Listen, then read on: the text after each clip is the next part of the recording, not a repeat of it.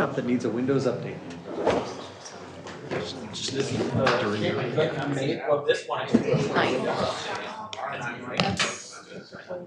Oh, you see the little thing? Oh yeah, I see it up It there. was like update the entire system at 6:30. I'm like, no, you may not.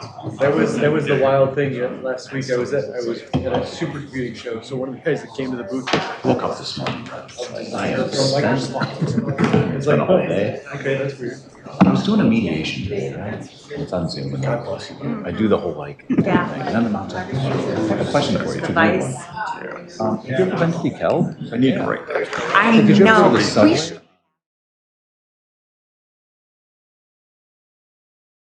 Yeah, I remember you. And I didn't That was write it down. 25 years ago.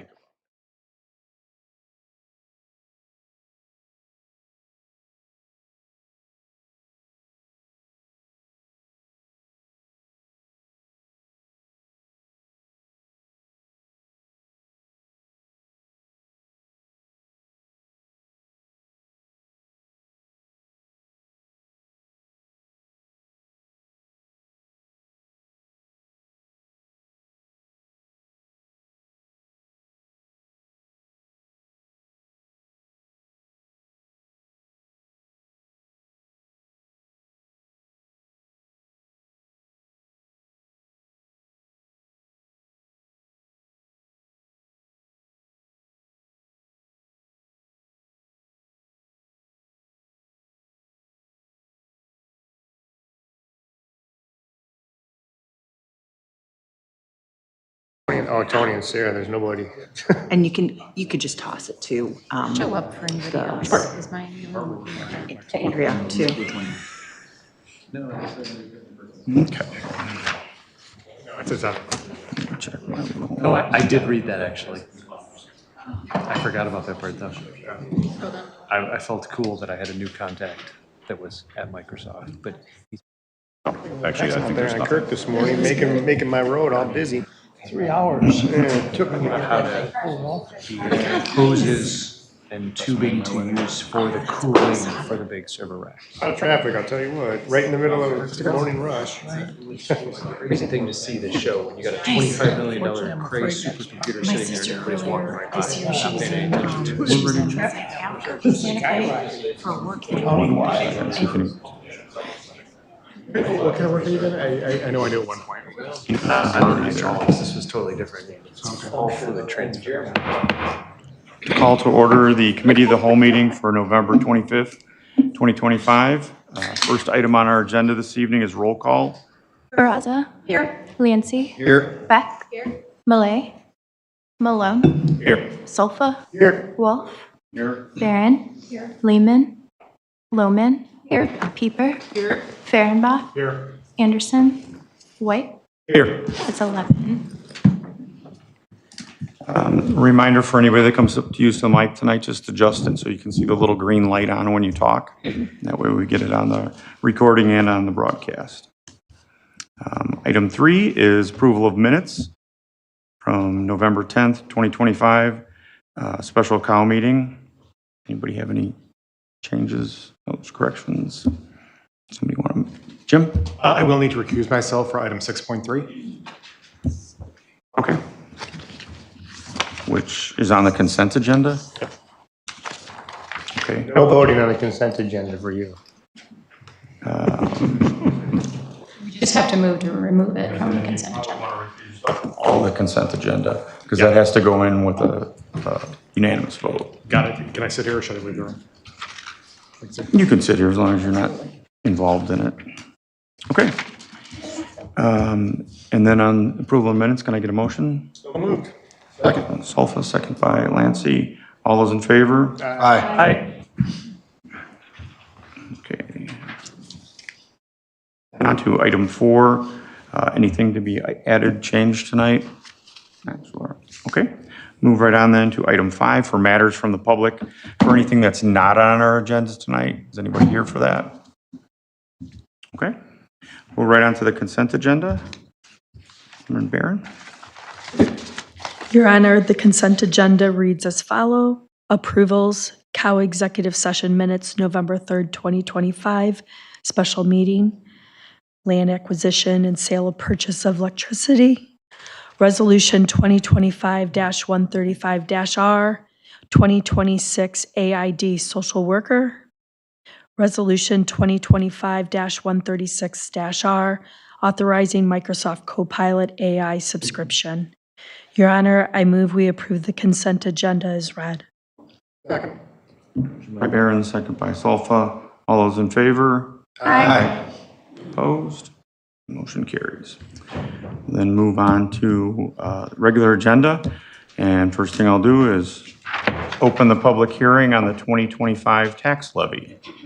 I was just going to make note that Copilot was $100,000 below budget, so. Thanks for reminding us. That's a good one. When it comes up on the city council agenda, maybe mention that as well. Right.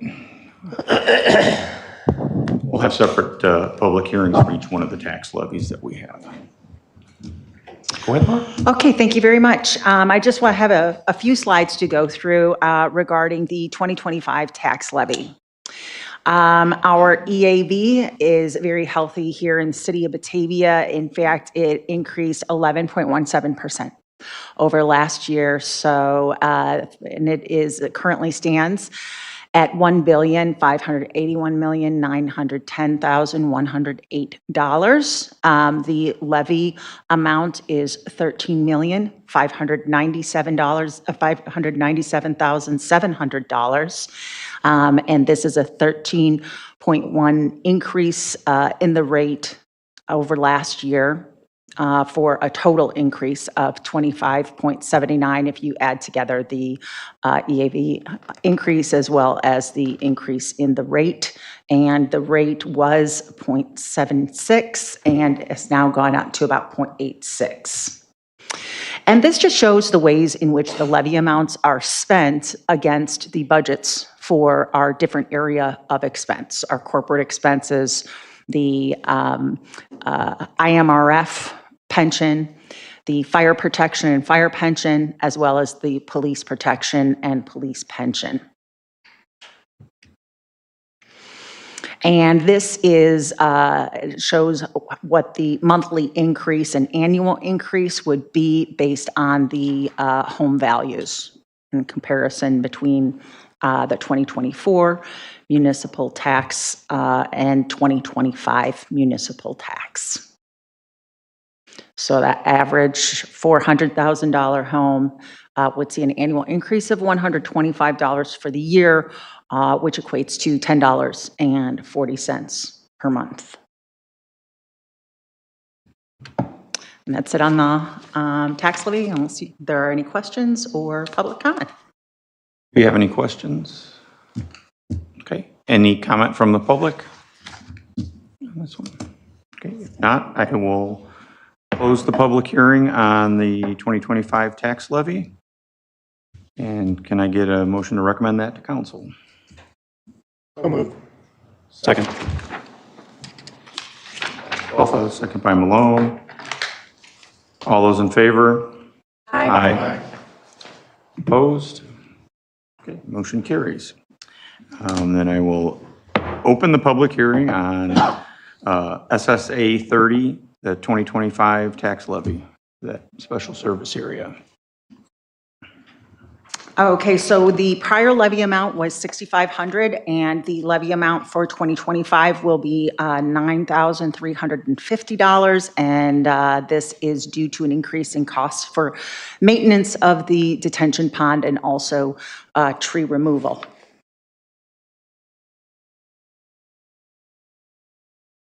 This is just more of a staff request. Could you add the SSA areas to the TIF district maps on the city website? Sure. I was looking it up earlier today and it wasn't showing up on there, so. Sure. Andrea has a comment. This is for the Nagel Basin, which is Nagel and Fabian, and there's a T-shaped pond. We own the part that goes east-west behind the dead-end building there.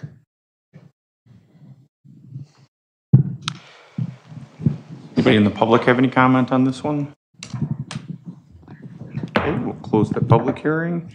And then look for a motion to recommend to council SSA 30 tax levy. So moved. Second. All those in favor? Aye. Opposed? Motion carries. Okay, then we will open the public hearing on SSA 62, 2025 tax levy. Laura? Okay, so for SSA 62, it's not really an increase, but technically it is.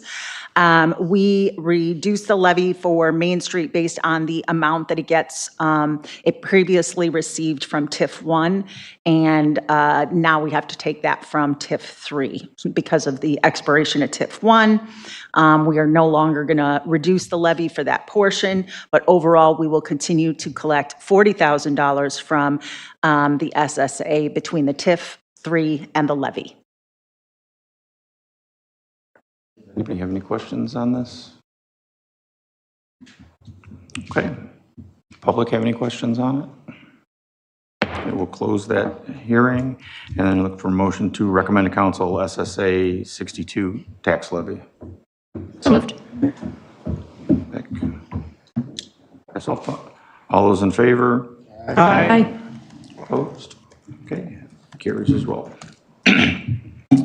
Now we'll go to 7.4, which is ordinance 2025-067, annexing properties on Wagner Road. Alderman Beck? Yeah, we've got some more of our islands of unincorporated properties that are located within the city.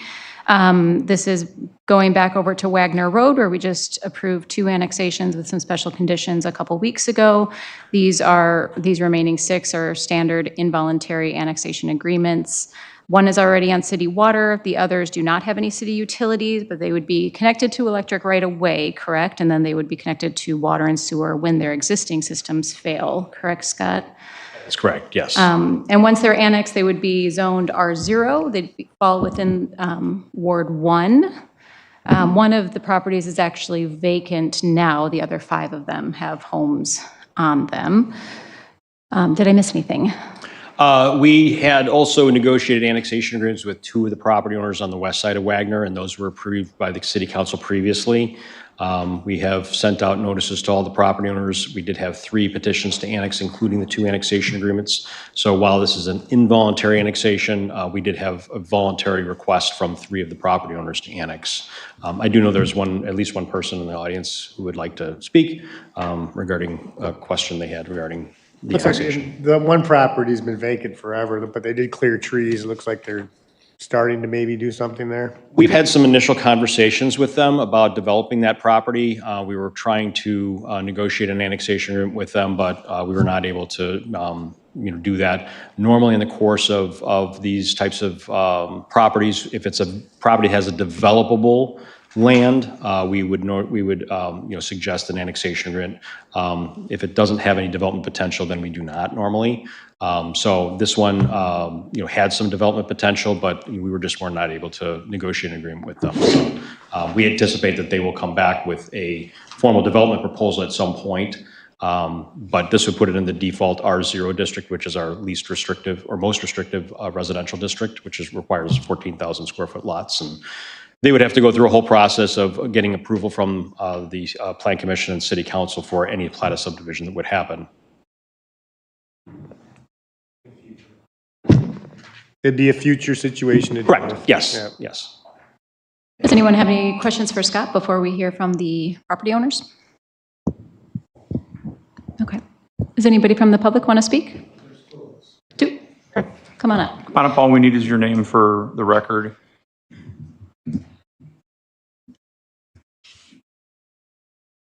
Hey, good evening, Batavia friends. My name is Brian Gifford. I live at 2S 972 Wagner Road. I stood before you about a year ago when I got the initial letter and just said, I really see no benefit to being annexed, and I still feel that way. However, I realized I was kind of fighting probably a losing battle. So spent time with Scott over the summer and came up with an agreement. Scott was excellent, by the way, to work with, so I appreciate that. So really, I just wanted to come before you tonight so you could see my face and I could see your faces and Just, there are things in my agreement that would help us make that home a forever home. And I just want to make sure that that happens. And so at some point, if I come to you with special requests, which we have written in the agreement, that you'll give consideration for those things. That's all. Thank you. Thanks.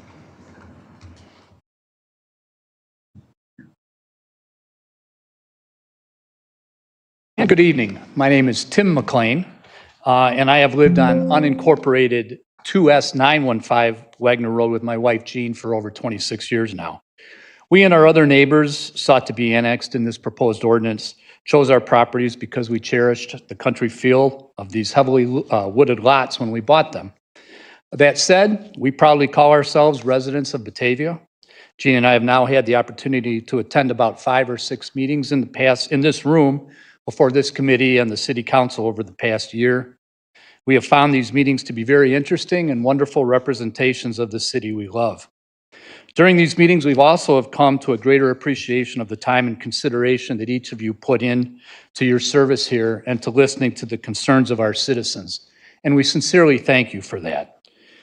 I also have come to understand the inevitable process of annexing certain unincorporated pockets like ours into the city of Batavia. So I am under no illusion that I can come up with an amazing argument to dissuade you from the inevitable annexation of our property into Batavia. So our simple request tonight is this, that we be granted the same concessions and written understanding that others included in this ordinance and in similar ordinances in the past have been given as part of the annexation process. For example, I am aware that other neighbors who have been annexed into the city have received written assurances that the city does not intend to disrupt the current structures or uses of their properties. I know that 2 of our neighbors included in this annexation petition before you tonight, the Giffords, Brian just spoke, and the Ramirezes, have already received these written assurances in the form of separate annexation agreements.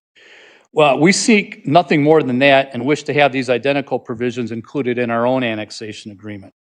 That is, that we may retain our current septic and electric systems in place unless and until they fail, that we may retain the current existing structures on our property, including a shed and 2 fire pits, a raccoon firing pit that my wife Jean uses as a ceramic artist and teacher, and that we continue to be governed by the county regulations regarding the burning of brush on our properties. I make this request on behalf of our property and the property of our neighbors, Kyle and Maddie Dixon, who are also included in this proposed annexation and cannot be here tonight. Thank you. I did speak with Mr. Boyning over the summer after I realized he had reached agreement with the Giffords and the Ramirezes, told him that I wish to have the same agreement in place.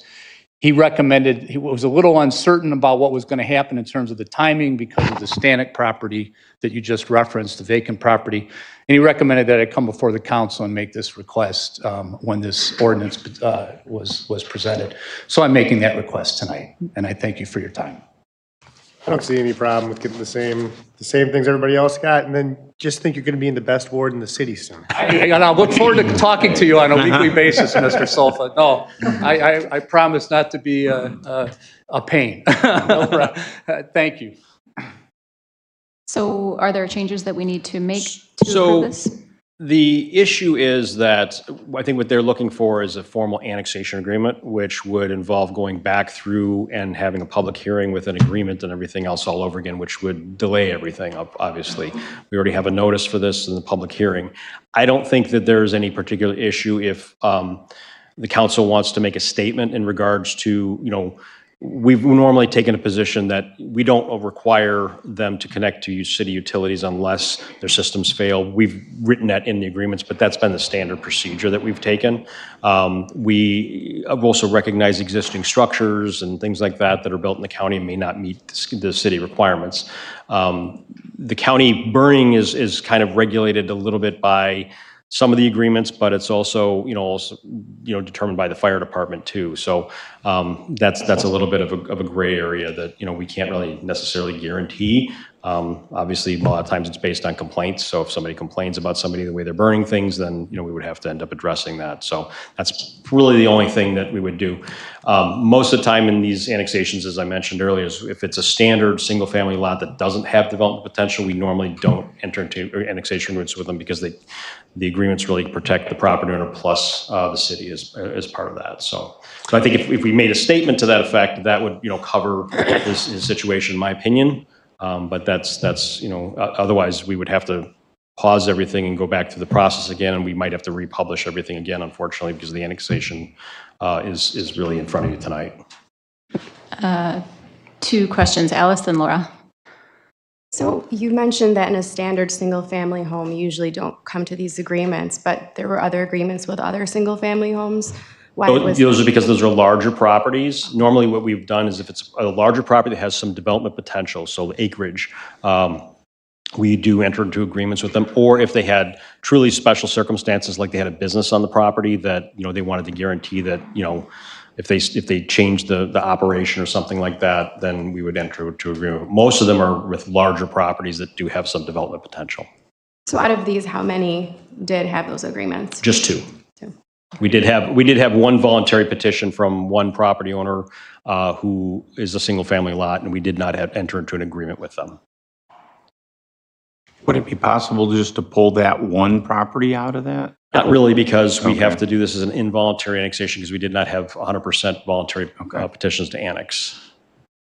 Just as a suggestion, we would be able to reduce what we're talking about here to writing so that the homeowner would be able to have an official letter from the city that commits to those things that we are able to commit to. Yeah, that we can do. Yeah, Mr. McLean, are you comfortable with that? Yeah. First of all, I want to reiterate what Mr. Gifford said. Mr. Boyning is extremely professional and good to deal with. I have no intention of trying to delay things. I'll point out that I first came to argue when I thought I might be able to persuade you a year and a half ago about the annexation. And I've respected the city's timing on it. Like I've waited patiently until it was time to be presented. I don't see any need for any extensive delay. I am looking for the same exact agreement that the Giffords had back in. I can do a word processing and have it in place tomorrow. So yes, we are looking for those written assurances that we can have to present to future purchasers of our home, for example. And we want it to be our forever home. We've been there for 26 years. I'd love to be here another 26 years, God willing. So yes, I would like there to be a written assurance for the benefit of my wife and for me. And the letter would be sufficient for you? Well, I would prefer an annexation agreement. I really don't believe that there should be any, given the fact that it's taken a year and a half since the time this was first brought to our attention as a possibility, the fact that this might be delayed by a week or two to put an annexation agreement in place. I mean, we just got this notice last week, and as soon as I got the notice, I called Mr. Boyning again. Like, I'll put it together. I don't want the city to have to do any work. I'll just put the same agreement in place that you've got with the Giffords, and we can get this done in a week or two. And I don't see that a delay of a week or two should hurt this process, given that it's taken a year and a half from the time we were first informed of this possibility. Go ahead, Kevin. Yeah, I guess a question for staff. On our end, can we wait a week or two, or do we need to sort of scrap the whole process, start from scratch for every property if we did a formal annexation? It may do 2 things. One, we would have to scrap what we've done so far and republish and with all properties. With this particular area, we would have to, yes. Okay. It also, opens up the precedent where, this property has no development potential. When we get into some of these other final annexations, are we going to then be negotiating with each and every property? Or we have some areas where there's going to be 25 properties where we might have to be negotiating agreements with each and every one of them. Yeah, and I have a follow-up question. Are these annexation agreements typically transferable from one owner to a future owner? Normally they are. Yeah, they're transferable. So. And other than the not disrupting with current uses, structures, burning of brush is what I heard you mention. Have you ever had complaints from neighbors about brush burning? Okay, that's reassuring. Did you have a question, Chris? Yeah, well, I just want to point out that we've been doing this forever since I've been on here, and every single time, we've always made the statement that we're not forcing them to connect anything. It's only after catastrophic failure, and we're never going to mess with any of the pre-existing buildings. So, I mean, that's like heavy precedent here for every single one we've ever annexed. So I don't think that's really an issue to make, for you to worry about, sir. Yeah, and I think if you actually talk to some people we've annexed over the years, most of them would probably say that, as much as they didn't want to be annexed, we really haven't had any type of real enforcement or issues with what's going on in their individual properties. We're trying to just, leave them status quo as much as possible. Sorry, go ahead. Sorry, I thought he had his hand up, so I was calling on Tim. Oh, no, I was just going to say, can we make that legally binding? I know we don't want to go back and, now, not just because it's more work, but because of the precedent is what I was going to say. So I understand that piece. Can we make something that would make them comfortable, a legally binding something? Obviously, we're on camera right now on TV, plus something written down. I'm trying to come up with a solution here that would be something you can pass down that's not, because if we have to, you can understand, we set it's a precedent that could lead to future chaos. Yeah, exactly. I believe, and so we don't want to do I that. do believe that Laura said that she can give a city, a letter on city letterhead. Right, I was asking if that was legally binding and we're all good to go there. Yep, okay. So I didn't. It's the direction from It's the just, council. the difference would be, just in full transparency, that is a unilateral promise, right? Right. Versus a contractual agreement. Correct. And I am a lawyer, so. Okay. Me too. Surprised, I prefer to have the written agreement. Yeah. And I do appreciate that everybody's been very professional and understanding. I've not quite understood the difference between developable lots, I think to use your phrase. We have a 1 acre lot. My understanding is if we were 1.001, then I think you might have a different view. I don't know that for a fact. I don't know what the distinction is. But I've kind of been mystified why some owners would be able to have an annexation agreement and we wouldn't. And that's been my concern, certainly for the last 6 months. One of the last ones that we had, it was animals on the property that they wanted to maintain. Tim and then Kevin. Just to reassure you, so my property, I'm on grandfathered septic. All my neighbors have regular sewage. For whatever reason, I have a septic property. When my septic fails, I will have to go to a sewer base. Yeah. And the other part of it is my property itself, although I was not annexed, it was abnormal. I bought the property, it was abnormal.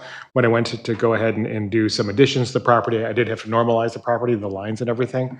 The reason I'm mentioning this is that it's not abnormal, unfortunately, around here to have a property which may not be as pristine walking in from a legal codified perspective, and it becomes an issue down the road. So you're not the first. I didn't understand that last point. So meaning that not only for annexed properties like yours, there are properties that have originally part of the city to where when they go ahead and try to get additional additions to property and or modify an existing deck or whatever, find out that their property's not regular conforming. So it's a legal legacy we're dealing with as these properties come to market or as for additions. And that, of course, is my concern, the transferability. Yeah, Issue that's already been raised is that's something I'd like to assure a future property owner, that we took care of this at the time. Yeah. You'll keep this property, so that's why we like it. Again, I would say everything I can to make this happen immediately. Yeah, so then kind of the nitty gritty, first off, I would support such a statement written to include Mr. McLean's property in here. And I suppose the question is, then we have 8 total properties coming in. How many of those do we currently have an annexation agreement with? 2 of them. 2 of them, so that would remain 6. We have Mr. McLean here saying he wants this statement applicable to his property. He has shared that he's speaking for one other homeowner. And so the question then becomes, when we make such a statement and write such a letter, do we apply it to all 6 or only the 2 that are being represented Yeah, so here today. there's 1, 2, 3, 4, 5, there's 6 properties, 8 parcels, because 2 parcels are slivers that are owned by the adjacent ownership. We have homes on all but one of those. So, the 2 properties on the west side of Wagner, we do have formal annexation agreements, which have already been approved and recorded, so they're already covered. But certainly if you wanted to do a blanket statement letter that says, this is our direction and our policy on how we're going to handle utilities and existing non-conforming uses, that certainly could be applicable to all of those, yes. I guess I'm then going to ask council. I think it makes sense to include this whole, make the statement for all parcels in this annexation. And actually, I'll just make that a motion. I move that we make a formal declaration as described, reduced to writing, that all parcels shall have the provisions as we discussed. That's sufficient for a motion. That was kind of a mess. The fire chief. That goes back out. Sorry to interrupt, but I cannot guarantee that he'll retain the right to burn at all times and all materials. This particular property is adjacent to Hooverwood Elementary School. Complaints and/or this time of year, leaf burning would most likely be prohibited on our part. The city does have, leaf collection, but as far as the raccoon, I'm familiar with that. It probably wouldn't be a problem. I'm not familiar with your particular facility or how that is set up or where it's set up. But there might be some concerns about 2 fire pits or the locations of fire pits. But in the past, we have tried to work with those annexed properties and continue to follow the county's ordinance, which you are in our fire protection district presently. So that doesn't change, but coming into the city might limit some of that burning. And I just want to be, straightforward with you. I don't think there's been a problem, but you may get additional complaints due to the fact you're right next to an elementary school. Understanding your concerns. Sir, if you want to speak, we need to have you at a microphone so that it gets recorded. Thank you. We've lived there 26 years. We've never had a complaint. Sadly, we've lost a lot of the trees on our property, so it's not quite as wood as it was. The 2 fire pits are an issue that are near and dear to us. One is it's a nicely, we've spent a lot of money on it it's like in the summer. And then we have what my wife calls our Michigan fire pit in the back that provides more warmth in the winter. And it's just been an important part of the life that we've lived there. And I would be devastated to know that somebody would have, nobody's ever expressed a problem. And it's a key component. And it's contained in the other agreements that have been, entered into already. And the raccoon, again, Jean's had it for a couple years. Nobody is concerned. She's a teacher over at Hooverwood, so she uses it as part of the teaching as well. So we want to know that we can be able to use it. I appreciate your concerns. If somebody did have a complaint, we would certainly want to respond to that. We've never had a complaint in 26 years. And I understand that, sir, and I do appreciate that and that. I'm just, I want to caution the council that if there are complaints or there are concerns about burning, it doesn't fall or conform into the city ordinance. We do follow the county's ordinance, but that also includes the ability on our part to extinguish. We feel it's a public nuisance, health hazard, or a fire hazard. Given that we've not had a problem, I'm fine with that. Again, the agreements that are in place do say that the county regulations will govern, and that's what we're looking for. Right, I just wanted to clarify so everyone understood. Continue to follow the county's regulations for the property, but it does not guarantee the right to burn or utilize those current structures for burning. Okay. Good. Yeah, that's what I wanted to point out in terms of Alderman Malone's motion. It has to be very specifically worded what's going to be in this letter, and we would take the direction of the city with the input of the chief as it relates to those issues. The other issues are easy, the septic and everything else and the existing structures, that's all basic stuff we've always talked about. But the other stuff that he was requesting, I have no problem with your motion, but we need to make sure it's worded specifically to make sure that we are protected from what we're saying is going to be allowed. We've got a motion on drafting that for all 6, but not a second, and so we're all I'll off withdraw on my the. motion. Okay, I don't think it requires a- a it was a motion probably to messy one. draft that. Okay. And I think I'd also like to make sure that the city council, our lawyer looks at it before we send out that letter. Jennifer? I just wanted to find out, like, with the motion that he has now pulled back, is that something that we've done in the past for that, to allow people to do something like that across these different properties? And are we setting ourselves up for potential challenges down the road with other properties that we may annex? We have by doing this provided- type of procedure? We have provided letters to clarify certain things in the past. I mean, that's not necessarily unusual, where, somebody just wants to say, hey, I want to know that, the city's not going to come in and make me tear down my structure. And, obviously we grandfathered them, but they just wanted letters from the city just for reassurance. And we have done that on an individual basis before, so that's not that unusual. And I think the last one in my mind that comes out that was burning was out west of town off I'm of thinking Deer of that Path too. in Maine. And that was allowed within the county ordinance, I think. Because there's a creek going through their Right, house. and the and property, and some of their property is disconnected from the main part of it. Yeah. Getting it to the other side of the creek to bring to brush collection seemed prohibitive. so That wrote a letter property about had burning. some particularly unusual circumstances with floodplain and trees and the creek crossing it and so on and so forth. So that was one that, was different. Okay, other questions? Sorry, more procedural stuff, I apologize. And so in order to get this letter out, to meet the standards we need, we don't need sort of a formal vote by council. We can just It's just direction to direct staff. Okay, great, thank you. All right, then I'll make a motion that we approve ordinance 2025-67, annexing properties on Wagner Road. Second. All those in favor? Aye. Opposed? Motion carries. That'll go on to council with positive recommendation. Thank you. Thank you.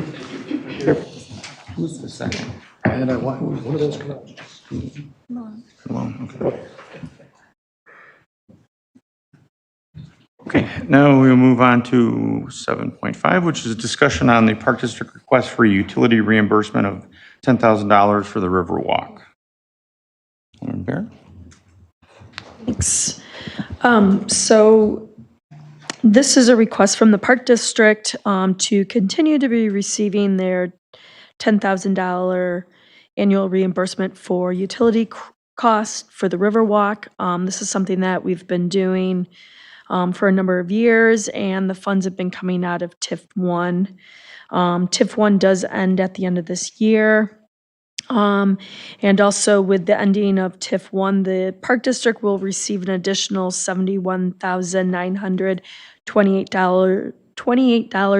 $71,928.32 of property tax for the properties that are no longer in the TIF. So it's a discussion on whether or not we want to continue to provide these funds to the Park District. Just so I'm understanding this correctly, we've been paying $10,000 and now they're going to get an additional $71,000 in tax revenue and they still want another $10,000. Right, we would have to find another source of that funds, such as the general fund. We've got a $10,000, there's going to be a $71,000 increase and they're coming back to us and asking for $10,000 more. It's not in the budget. It's not budgeted either. We'd have to find it somewhere. I'd make my comment now.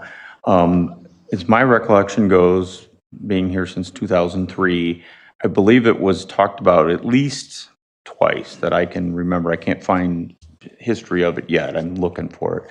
But to find out, and the statement was made that we would pay that money to them as long as the TIF was active. And that way, that would be a form of, okay, we're using the money that they would normally get out of the TIF for other things. So we'll reduce their cost for our city electric during the time that the TIF was enacted.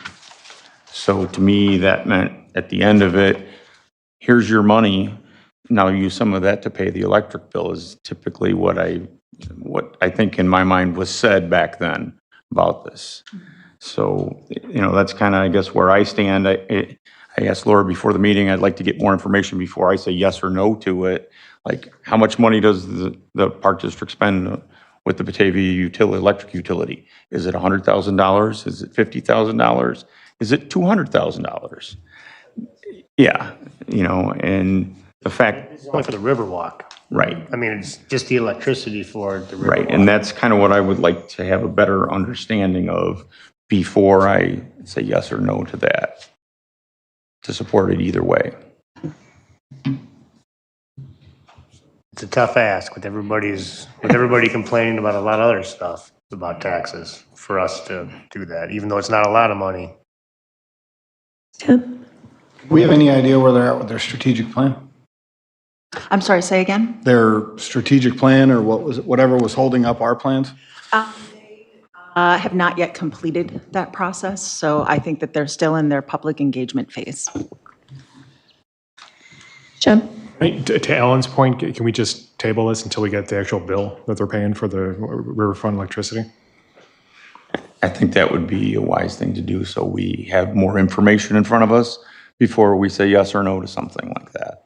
I have a question. Is there a way that they're going to be able to, I mean, this is beyond my pay grade. Are they going to be able to parse out exactly what electricity is going towards that particular area in terms of the bill? I don't know. I know Steve Allen's not here. I'm sure he could figure that out. Andrea's got But the Andrea microphone. might have an idea if that's a possibility or not. Yeah, I would have to see how all the wires are and where that receptacle is going. I can't read the electric drawings yet, so I'd have to talk with Moose or Steve Okay. and find out how that's all set up. I'm not sure. I know we have for the EV charger that's separate, but I'm not sure how the lines run back Right, there. and that may also require Peggy to get us an idea of what the bills are that go to the Park District, Correct. both in total and if there's a way to figure out what's just happening out here.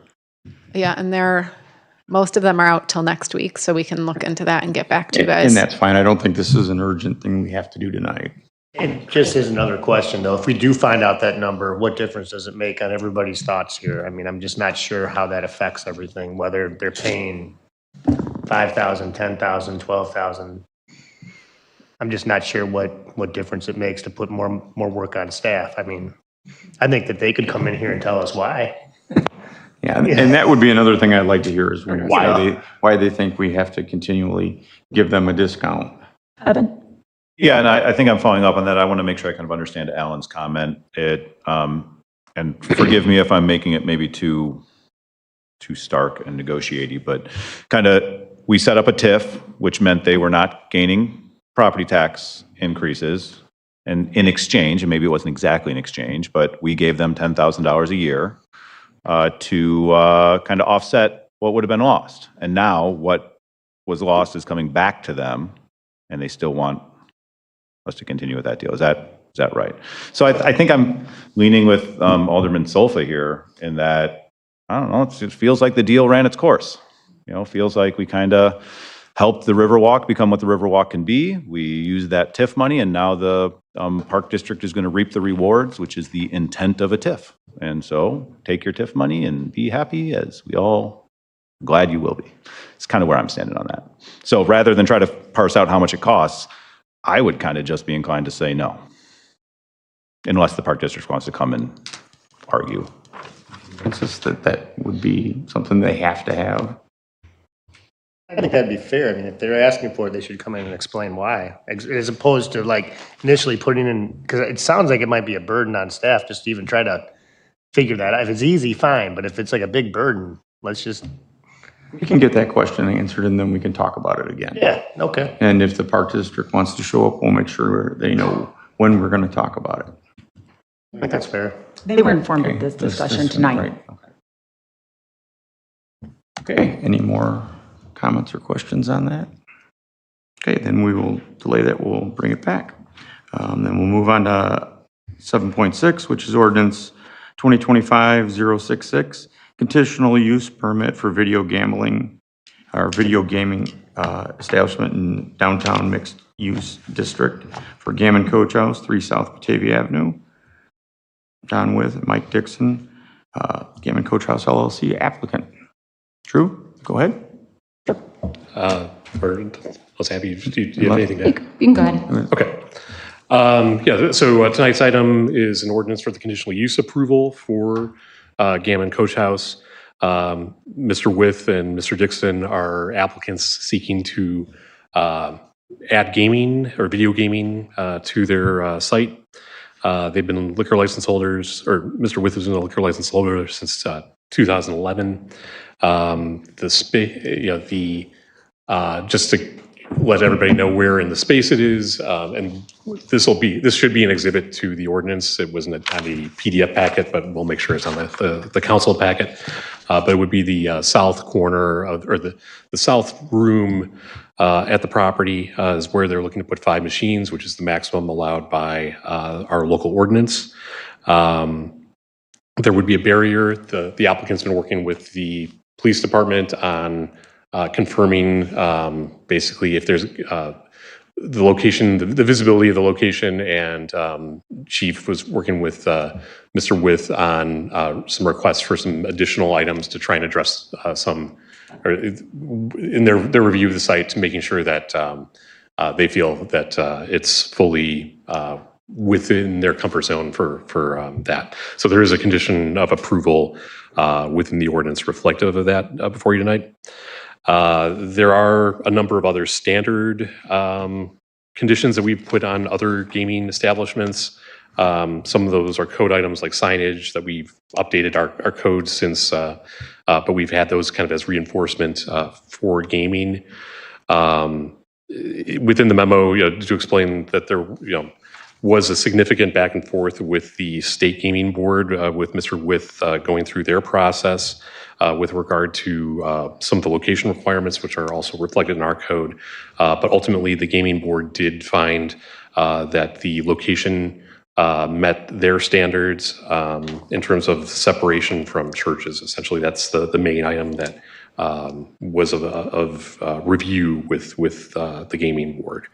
With the application, the Plan Commission did ask, and we provided in the packet just for everybody's reference, where we have gaming presently, as well as basically some of the funds that go through those machines and are realized either as revenue or as tax, basically at the local level, the state level, et cetera. So that those items were in the packet as well.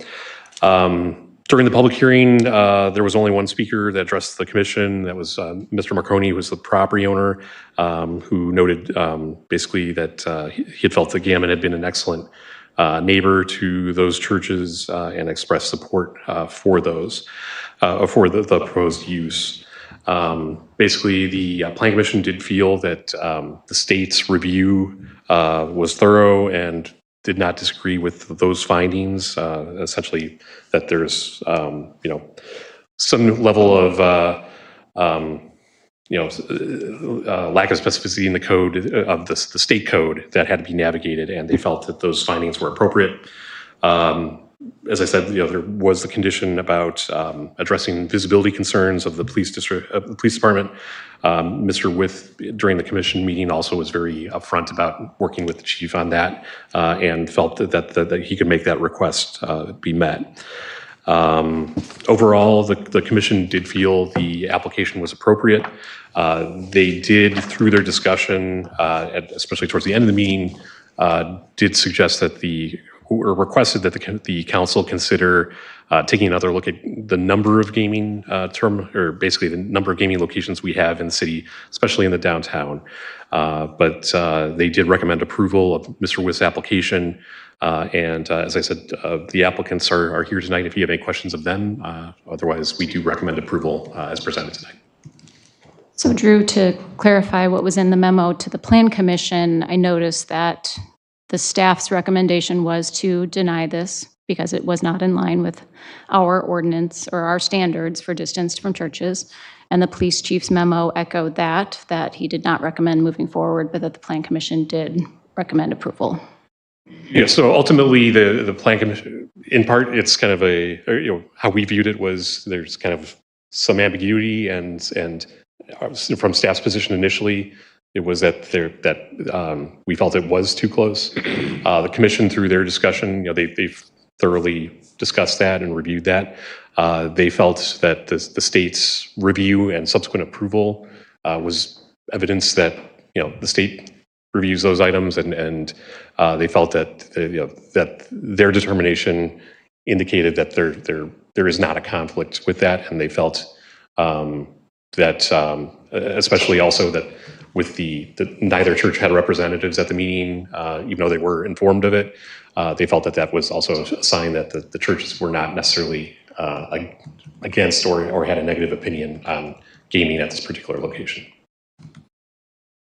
I'll open it up with a couple just regular general comments before we launch into the discussion. A couple of things that, John, I never got a chance to tell you before when you closed in February, and I was devastated that I didn't get a chance to tell you this in person, so now I'm going to tell you it in public.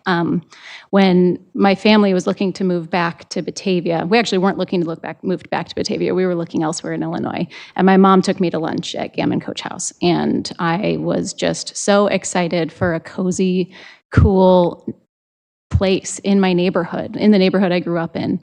And so when we made the determination that we were going to move back to Batavia, we looked in a walking radius around the Gammon Coach House so that we could become regulars there, and we were. And then when we moved, we still stayed within a walking radius. I required that we stay within a walking radius of the Gammon Coach House. It became an extension of my dining room. It became an extension of my living room. We did baby showers there, wedding showers there, goodbye parties, welcome home dinners, birthdays, the whole gamut. All of your staff knew all three of my boys' names. They knew my order by heart. It was a third place. I mean, if people are not familiar with kind of the urban sociological term of a third place and how it contributes to the health of a community, it's the first time I ever spoke to Jen was at the Gammon Coach House. First time I ever spoke to Jim was in the Gammon Coach House. This place was really important to me and my family, and from my extended family, I just wanted to express how much it's meant to me for over a decade that place was really a special place for us to go. And I'll open it up to comments about this ordinance before us, and I'll save some of my others for a little bit later. Jim, then Kevin. And just echoing what Abby just said, Gammon's been part of Batavia since 2011. They were the first one to really, prior to Gammon Coach House coming in, I would argue that a lot of the Batavia restaurant / tavern scene was all about whiskey and shot bars, right? And Gammon was the first one to kind of come in and offer that relaxed pub atmosphere that a lot of people in the area did like and still like, and was part of the draw for coming to Batavia for a lot of folks, because it showed that, hey, we were on a great upward trajectory. We had these cozy establishments like you saw in the city or in other communities, and they were the pioneer here for that market. Also, Gammon Coach House has been a great employer over the past years. For a lot of folks who needed a job, John was the one who reached out and helped them stay on their feet, or give their families an income. Finally, he has expanded the property over the years. He put in a deck, expanded the outdoor dining, and then finally people piled on to his success. Other establishments came in with a similar routine, a similar menu, a similar beer menu as well. The craft beer journey in Batavia did start with Gammon, if we're totally blunt about it. And then, finally, this was approved by the state. It's not like we had some back and forth due to location. That's been resolved. John has been in contact with those churches previously. So this is not, if anything, I'm surprised it took this long for them to get here for a lot of this stuff, given that gambling near his establishment has become such a prominent thing. Of all the gambling establishments we have, which are really now in his market for a lot of these establishments, 8 of them are within a mile. 6 of them are within half a mile, right? So this is something where there is a competitive advantage to having gambling at Gammon Coach House. More importantly, you really can't see it from that diagram. You could spend a whole evening at Gammon and not realize there's gambling there, the way they have this set up. So it's in my opinion, it's really an ideal setup. It's about time for Gammon to have this competitive advantage here. And then the legacy of Gammon in the community is undeniable. So that's my take on it. Yeah, similarly, I've very much enjoyed the time I've spent at Gammon. And, I'll say that the recent shift towards, Jim shared that there's 8 within a mile. To me, that's actually a negative. That's not a positive, right? I don't view that as a competitive advantage, and I think that speaks directly to what the Planning Commission is asking of us. We really do need to reconsider and discuss what we want video gambling to look like in our town moving forward. With so many of the establishments concentrated in one area, our downtown, I think we need to think closely about that. So first, I would ask, would there be other aldermen and alderwomen who would join me in adding a discussion about amendments to our ordinance for video gambling onto a future committee of the whole? Dustin, Alice, Abby, Jim. Okay, great. All right, and so the second point I'd like to make here is, can you kind of help me understand the gaming board's decision regarding the church distance, and then also the Planning Commission's follow-up? Because as I'm looking at it, I'm not sure if I followed it correctly. There appears to be a firewall that makes 100, makes 75 feet equal 100. That doesn't make any sense to me at all. Make me understand how 75 equals 100. Yeah, first I could probably say that, and staff did try reaching out to the gaming board basically to have more information about basically the deliberation process, how the state evaluated, how they came to a decision. They don't provide any of that.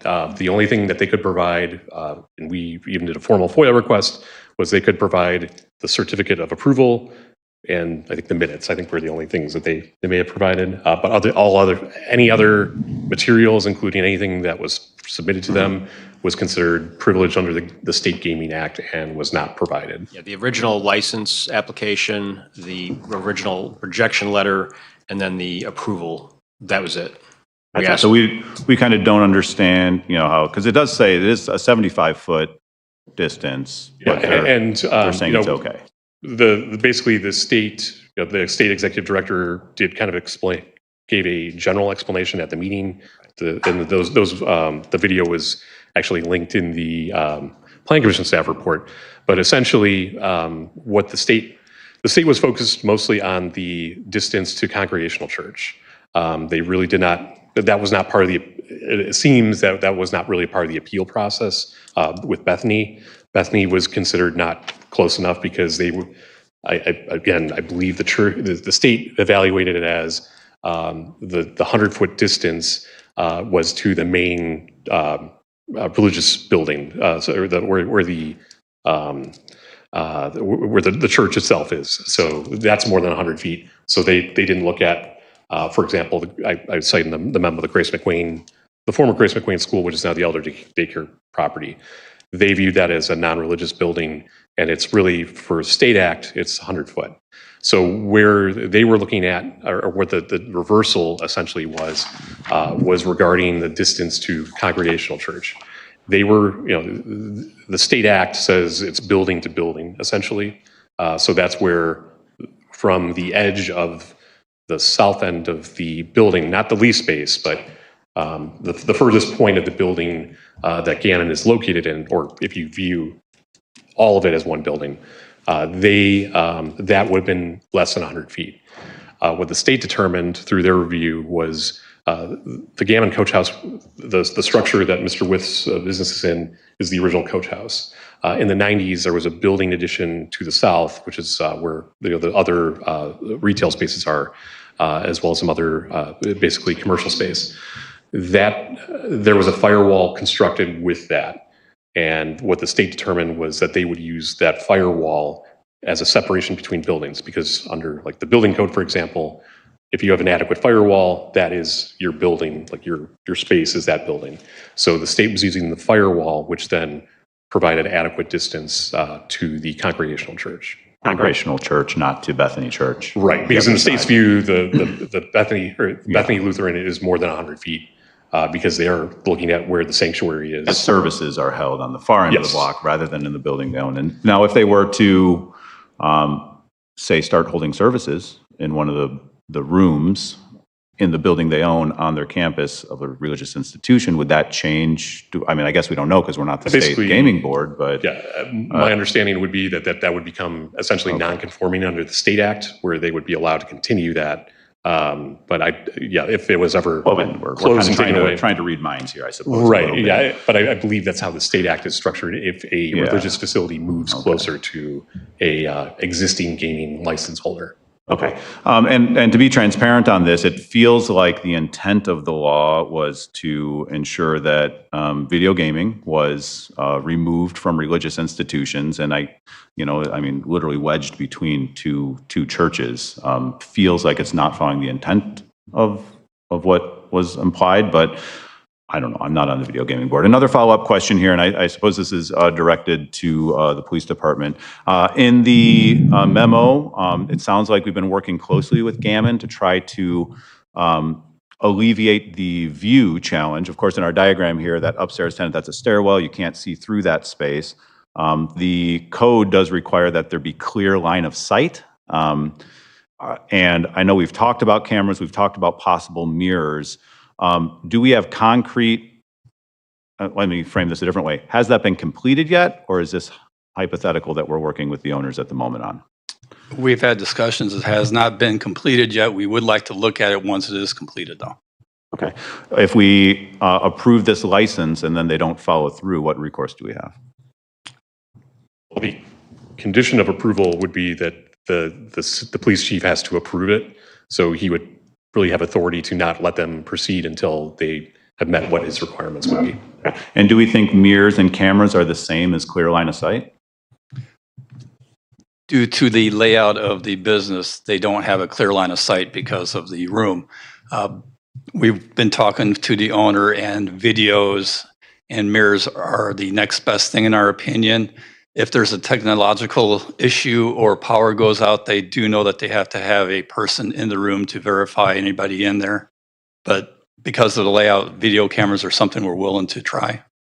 It just sort of feels like we're kind of cutting, if we're cutting one corner, okay. Now we're kind of cutting a couple more corners. We're kind of really stretching things here. So I am skeptical, and I'm not entirely convinced. Chris and then Tim. Yeah, so this has been approved by the appropriate commissions. It's allowed under our ordinance. We've already had many discussions about this over many years. It's even come to the point where we have changed it so that there can't be any signage. There's not going to be any signage. You're never even going to know what's there when you're going by. Additionally, I believe that one of the reasons why this was finally applied for is because despite the compliments and the many comments about how much people love Gammon Coach House, I think that they might have been struggling financially, and this is something that they needed to put in place to kind of keep them afloat. They did actually close down their doors for a while to try to reconfigure what they were doing. I believe that there's absolutely no reason to capriciously deny this. I mean, it would be to arbitrarily deny this. There's zero reason. It would be discrimination against them. I'm a total yes vote. As long as they comply with everything that's required by everything we've talked about. This is just a conditional use. They have to meet the requirements. If they do, I'm a yes vote. I'm a yes vote on the conditional use permit. Yeah, I agree with a lot of what Alderman Solfa says. I feel like we've beat this horse a little bit. And I think what has happened is we've already opened the can of worms. So unfortunately, as we sit today, if you don't have them, it is a competitive disadvantage not to. And we have allowed that. The state of Illinois has allowed that. So to start denying, we have to be very careful where we draw that line. We have spent hours in this room talking about how to do this. And I think we've come up with a pretty good plan that Alderman Solfa just highlighted. So, and again, especially an establishment like this, this is where I agree. Are we bending some things? But I think we have to for an establishment like this. And because it is a competitive disadvantage. And so, you know, if we're worried about proximity to churches, I mean, it's a drinking establishment, folks. You know, yes, they serve food there, but there's quite a bit of drinking that goes on. So again, I don't like when we get into the morality police and we want to determine, you know, certain things. I understand aesthetics and what we want for our town, but again, we had to have this conversation 2 or 3 councils ago when this thing was going down for us to have it. Because now in my opinion, the only conversation is completely eliminate gaming or keep it as it is. Drew, can you clarify, is the line of sight issue explicit in our ordinance that we want the bartender to be able to have, or somebody on staff to have a line of sight to these games? I would probably have to defer to police, but I believe that the code uses or the gaming code uses language of basically that the area has to be under view or under supervision of staff that's trained in checking IDs, et cetera, with regard to that. And that's where there were photos in the Plan Commission packet. From the bar, there is some level of line of sight, but not of the full gaming space. And I think that's where the police chief is looking to make sure that basically either by way of mirrors and cameras that they have a more comprehensive view of the whole space. So really, I mean, to the other point that was made, this would not be this is not an arbitrary debate. We get to decide, because our ordinance mirrors the state's, whether or not 100 is 75. We get to determine whether or not we are going to take the same artistry, to interpreting whether 100 is 75 or 75 is 100. And we also get to determine if that line of sight meets the spirit of the law, that we want these things to be under supervision, or we can go back and we can change all of our standards to say we don't care about those things, but they're in our ordinance, so we have to check, because that's our job to make sure that they are meeting the law. And to the point of it being a morality decision, I'm coming at this from a very much an economic decision as well. We talk a lot about move-in ready spaces in our downtown, and how for retail, we don't have a lot of move-in ready spaces. I think that applies to restaurant spaces as well. I wasn't here when we originally made the law that we would allow gaming to come into our space, to our town. We said we wanted a 1-year liquor license to prove that they were not a Dixie's or a Dottie's or whatever they are around here, that they're not just, with a cooler of beer in the corner and video game, completely, that they're being sustained on video games, which is a fuzzy point. I think we need to clarify with a lot of our businesses, but I kind of wish we could go back and undo that point. I wish we had written in, if you have a kitchen, you don't get games. I wish we would have just allowed Dixie's and Dottie's to come in, because now there are establishments with kitchens that will not be anything else, because the games will sustain them, and then we will lose all of our kitchen spaces that won't turn over into anything else. But that's the last thing I'll say on that. But I think it was Jim, then Jen. You know what, when you pull up the zoning map for the area, you see where the state kind of came from. So if you look at Bethany Church, it's actually 3 lots. All they're saying is that the lot at 19 South Batavia Avenue is not considered a place of religious worship, okay? And the lot at 328 West Wilson Street, which is separate from the church, is not considered a place of worship either. So I think it's just that simple. Basically, just looking at the map and the zoning map. I don't think you want to pull it up, but the language is religious institution, not place of worship. So we're talking about the same thing. And the Plan Commission, or one of the Plan Commissioners, actually reviewed the church bulletins, I think, going back, and made sure that, or found that there was no religious assembly type events that happen in the former Grace McWayne property.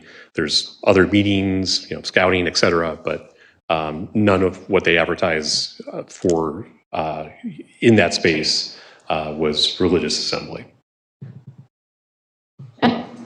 Thanks. So one thing that I do want to bring up, especially when it comes with a line of sight, I think we need to take a look at some of our other establishments have and their line of sight. I would say Rosati's doesn't have a direct line of sight from their service table. There's actually a room that you have to go around into. Also, funways the same way. They're within a room, so there's not a whole line of sight from the bartenders. So I think that if we're going to use that as one of our criteria, that we do need to be careful because we have approved establishments that clearly have a similar line of sight as what this applicant has. I'm in total support of us doing this for the restaurant. I would want to encourage it because, as you know, I've been the mayor now for 45 years, and there was a time before I was the mayor that I was a part-time cop and a volunteer fireman. And this corner was what we used to call as the corner of reality, because we did not own an ambulance in the Batavia Fire Department. We were dependent on the Johnson Funeral Home, which was formerly in this building. And when we needed an ambulance to take somebody to the hospital or an accident or whatever have you, we'd call Johnson's Funeral Home, and they would have a crew. Maybe they had a couple guys who could bring the ambulance to us, but they didn't have any first aid background or anything. And this was an old-fashioned Cadillac ambulance. And so we used to have to go up there many times. Somebody from the fire would leave and go over to the funeral home and get the funeral home ambulance. And there was always all this kind of strange activity, because when we did it, you'd get back and there'd be the family of somebody who was in the accident wanting to know what was going on, and they'd stand there and cry and whatever. More interestingly, there was a thing that there were 2 bars right down the corner in the next block. And many people who were involved in either the accident or the situation were going down to the bar and getting a couple beers or a bottle of something, and then they'd walk up and sit out there on the lawn of now what is this location, and they'd have, you know, kind of a sobbing drinking story about what was going on there. So there was always all this kind of strange life going on that particular corner of Batavia, and it was the only place that we really had it where things were kind of run on their own, as they used to say at the fire department, and there was no real control over it. It was just what happened and how it went about. So I just think that it's probably a very good reality. If you talk to some of the old cops that were around 50 years ago, they'd tell you all kinds of interesting stories about this, and none of them are really kind of in the proper names. They were in all kinds of different stuff that was happening over there. So I just think that we're kind of hopefully stepping this property up, giving it a new reality. We're going to allow for a restaurant and yeah, some gaming in there,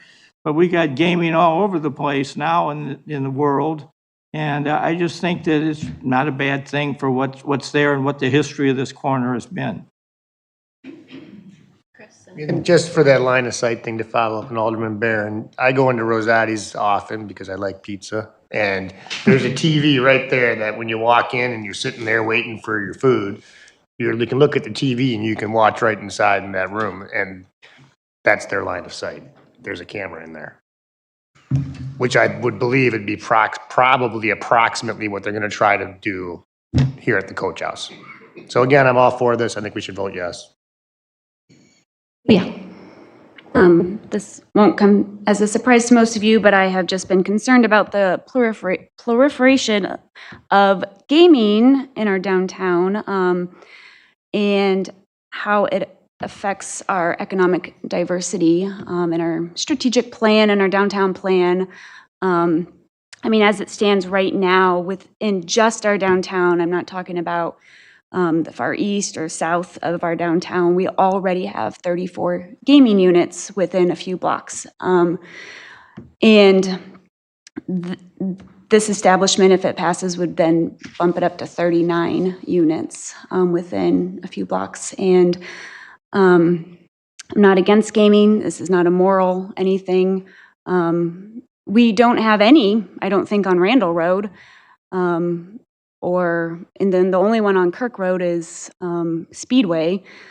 So mine is just more a vision for our downtown, and what we want that to be. And my personal vision is just not that all of our establishments have gaming units in it. So I have been a no vote on this, and I will continue being tonight also. We do have one gaming establishment on Randall, that would be Crosstown Pub. Okay, thank you. But yeah, this would be the 13th location of our 12, I believe. 9 were downtown, or 8. 8 were downtown. 8 are downtown, this would be 9. Robin, then Jim, then Kevin. I just wanted to comment that so tonight before I came here, I had dinner over at Riverside and the place was packed and there were so many families there enjoying their time and just talking and I mean, it was jam-packed. It was 45 minutes for a table. And the gaming machines are in back, and as I'm walking to the back to the restroom, you pass them. And when we talk about these gambling machines in our downtown, I don't gamble at all. I don't really even notice that they're there. And they were there though. I mean, that's a pretty popular establishment.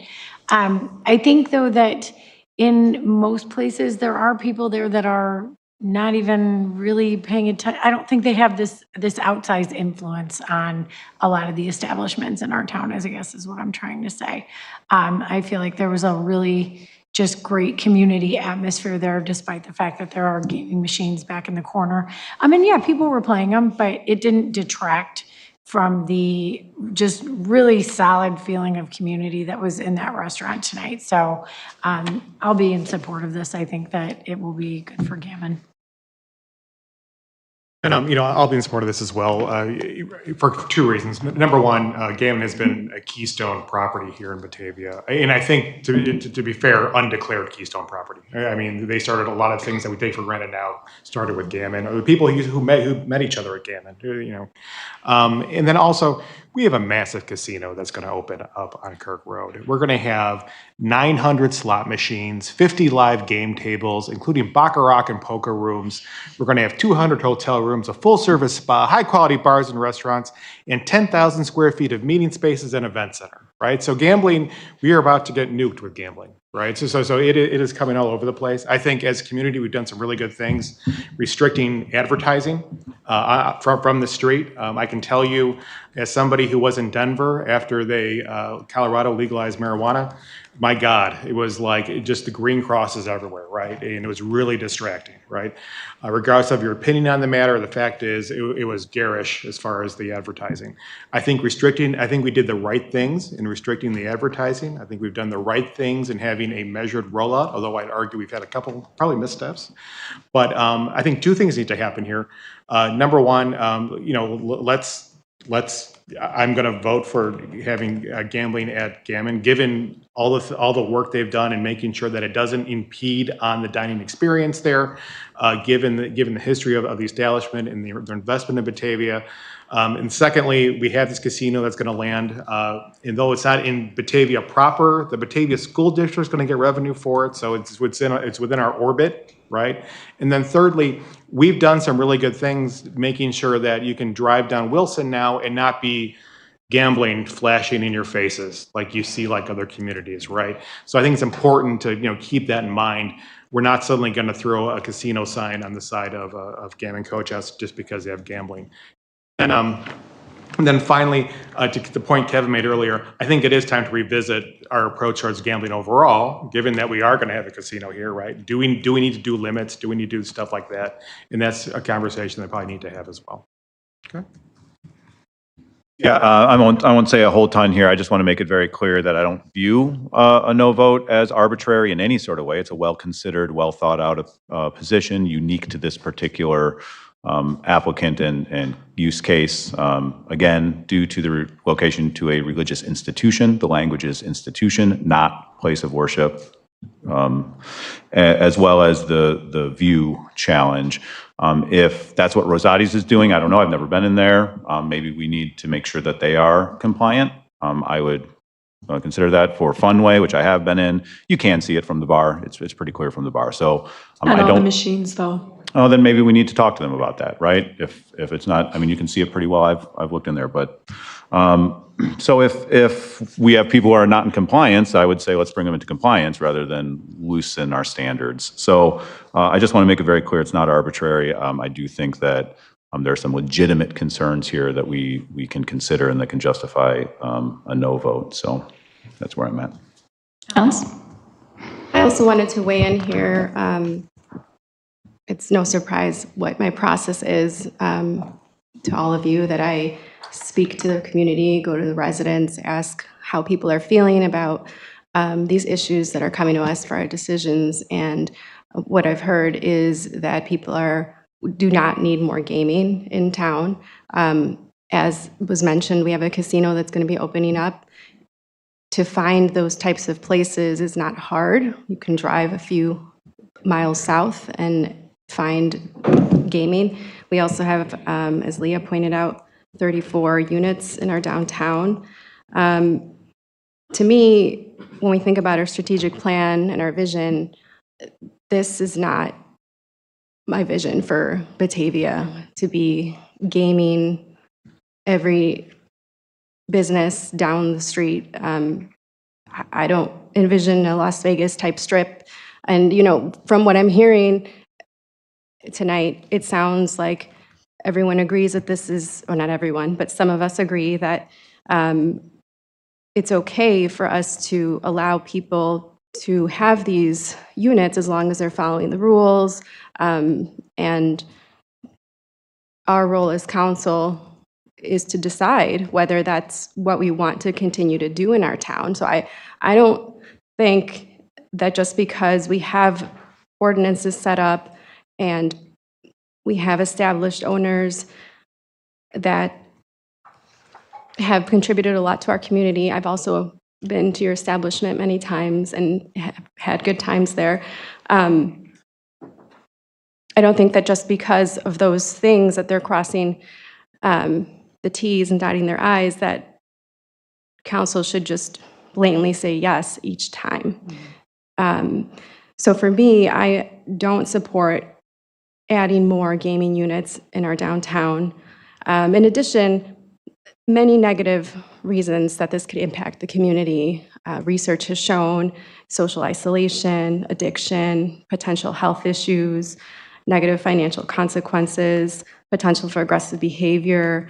We have a preschool right next door there in the Congregational Church. We have the elderly program in the Bethany Lutheran space there. I mean, you have these groups that are, so I don't feel comfortable adding more gaming in an area that's literally wedged in there between two churches with groups that are vulnerable to these behaviors. I don't think that's a good look for our town. I don't know if I have anything more to add to that, but I'm a no vote for this. And I want to speak, I think us as a council have an obligation to have a more discussion on limitations and what we want, what our vision is with gaming in our town. Justin, then Chris, and then Laura. Chris has his hand up first. No, you can haven't go, spoken yet. Because you're the one who hasn't commented yet, so Yeah. go ahead. I'll say I've also been a very consistent no vote going back throughout my time on council. For me, my primary concerns is that these devices in our town have, I would argue, a fair number of negative social effects, which ultimately come back to us to have to mitigate. So there is kind of a negative point on how we have to deal with that as a town that we need to consider with all of these, including increased proliferation. Looking at the statistics over the last year, if you count it down, Batavians as a whole have lost about, say, $400 per household averaged. And you have to remember, most households aren't playing these things probably, or at least not extensively. So on the households that's a much larger number. And when that much money is being removed from our community, because 60% of that is just out of our community, either to state taxes or to the host providing, or the providers of these machines, it just has a very diminishing effect on the wealth of our town, and that leads to a lot of other issues that I think aren't immediately linked. You can't just say if this then, but on aggregate, I think might cause a lot more problems that aren't 100% obvious. So I continue to be against these as well. Chris, Laura, then Robin. Yeah, so the numbers I heard are unsubstantiated because first of all, that would assume that the only people using these machines live in the town of Batavia, which is absolutely false. Number two, in terms of any detrimental effects socially or physically or emotionally on residents of Batavia, again, unsubstantiated.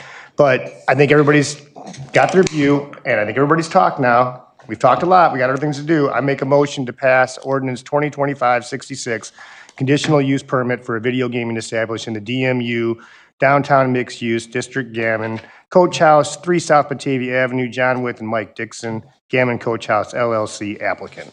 Second. Motion and a second. Discussion, Laura, Robin, Alan. I just wanted to point out that we have not had any members of our business community, as we have had in the past on this issue, come up and talk as to why they want video gaming in their establishments. Oftentimes, the owner of Crosstown Pub would come here, and he said that he didn't want it to be the focus of his business. It was just something that provided an income stream that was that little something that during the slow times and the hard times, he was glad to have that stream of income to help their business. I think, you know, we can have this video gaming discussion about changes we want to make to our ordinance in terms of the way that we want to limit it in future ways. But I think in the case of the applicant before us, we have to be very careful to apply the rules that exist today. And the thing with regard to, you have every right to interpret how you want to, the restriction about the distance from religious establishments in your community. But Jen pointed out the different establishments that have the same line of sight. And the moose. Yes, Add the and the moose moose. to that, too. So Moose is a fraternal to that order. They have different rules. extent, I think that we should make sure that we treat this establishment similarly. And that's all I There's wanted been an to say. update to this. One at a time. Yeah, I'm sorry, I Don't- was responding to Chris. Okay, Robin. Okay, sorry, I got distracted here. Just one thing, and again, if people don't feel that gambling machines are what they want to see in the downtown, I totally respect that opinion. Like it's not for me to say how people should feel about this, but a lot of the comments that we are saying about why we shouldn't have them, I mean, don't those, I'm going to go back to what Alderman Lancy said earlier. I mean, we're talking about a bar, and we're talking, you know, how much per household do we lose for people who spend money on at the dispensary or on alcohol or on vapes or on cigarettes or on other things that one, you know, wouldn't consider the most maybe wholesome things.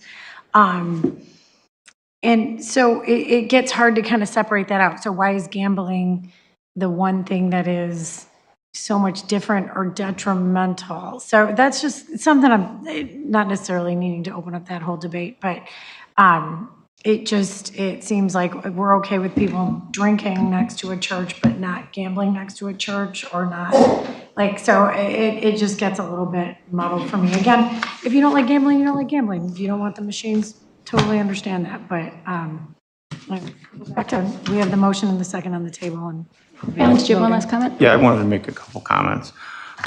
First off, I believe that the Moose has to, whether they're a fraternal order or not, they would have to apply the same rules that the state has and that the city of Batavia has, because we are the ones that granted them that license. So they would have to follow those same rules.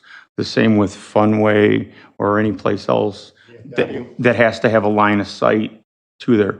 That's incumbent on them. If I'm selling cigarettes or I'm selling alcohol, I have to abide by the rules, and it's on me to make sure that those rules get followed, or I lose my license. So the same thing is going to be true whether or not they have line of sight that is acceptable to the police department, that meets the requirements, and that allows them to not allow people to use the machines that shouldn't use the machines. So in my mind, that's how we take care of this. And if they can't provide that, they can't have the license, or they can't continue to have a license. So, for me, that's just a non-starter on it. If you're going to sell any one of those or participate in any one of those, you have to follow the rules, and if you don't, you lose your license. That simple. Let's see if I can get back to one of the other things I wanted to say was, now, we worry about somebody's gonna go and drop $50 gambling. If they go out and get in their car and drive home and, they're pissed because they lost the money, that's one thing. If somebody drops $50 in drinks and goes out in their car and kills somebody on the way home, that's a totally different cost to society. So that's something that if we want to start going down that road, we need to talk about that. Because and I don't have to find numbers, I'm sure they're out there, that alcohol causes, 10 times more problems, whatever number you want to pick. I guarantee you it's more than what gambling does. I'm done. The only thing I'll say is that in our inboxes, there is an email from the Illinois Municipal Association about a 2022 and a 2024 amendment to the Illinois Video Gaming Code that exempts the Moose Lodge, and it makes it only accountable to the Illinois Gaming Board, right? That's in our inboxes. It was sent out by staff, or actually the Illinois Municipal Association. That's what I'm talking about, right? It's in there. So when did we get that?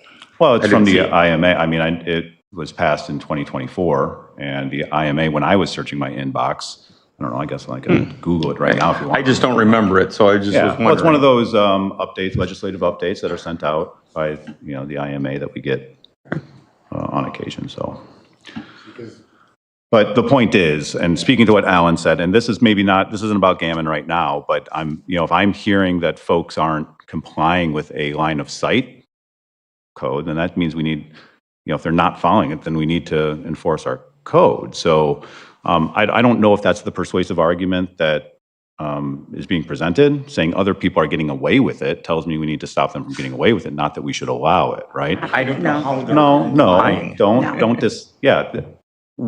the code says view, that's being the view of an employee, right? And that's not how I'm interpreting it. And so we need to have that discussion. This is for another time. We need to have that discussion on, does view mean video view? Does it mean line of sight view? Okay. And if we have allowed people to do things that aren't what that means, then we need to fix that. And if it means something different, then we need to clarify that. Either way, it's not a good code that we have because it leads to this discussion. We need clarity. We need to make sure that we can't have these discussions again. So that's why, again, I think we need to revisit this, just make it clear as day. Scott, and then Chris. Just to clarify for the Moose Lodge, remember that was actually an unincorporated property, and they already had gaming when we annexed the property. We did have an annexation agreement that did address it. That's why it's the only establishment in town that has 6 devices as opposed to the 5, which is maximum under our ordinance. So we did address that in the annexation agreement, and it may also address some of the existing non-conforming line of sight issues if there are there too. So. And I think this whole line of sight thing, I would like to get a vote on this because we have something else that seemed to have a lot of discussion online today next. But I mean, I think that we have the Batavia police here. I mean, they can tell us if the line of sight, the video, I mean, it's clear that people are using video cameras to be able to see the entire rooms where the video gaming is going on if they're not sitting right, across from the bar like at Riverside or something. So my thought is that I'm pretty sure that's in compliance, unless I'm told otherwise right now. You're correct, Alderman Sofa. Thank you. All right, can we do the vote? Any other discussion? Leah. I want to restate one more time. I understand this is a conditional use permit, and again, my vote is just strictly that I believe additional video gaming in our downtown is inconsistent with our long-term planning goals, and so that's where my vote is.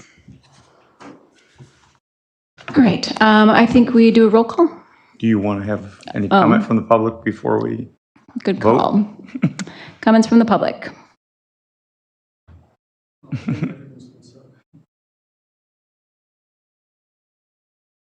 All right, roll call, please. Barraza. Aye. Lancy. Aye. Beck. No. Malay. Malone. No. Solfa. Aye. Wolf. Aye. Barron. Aye. Lehman. No. Lohman. No. Pieper. No. Fehrenbach. Aye. Anderson. White. Aye. 7-5. We'll move on to council with a positive recommendation. Thank you.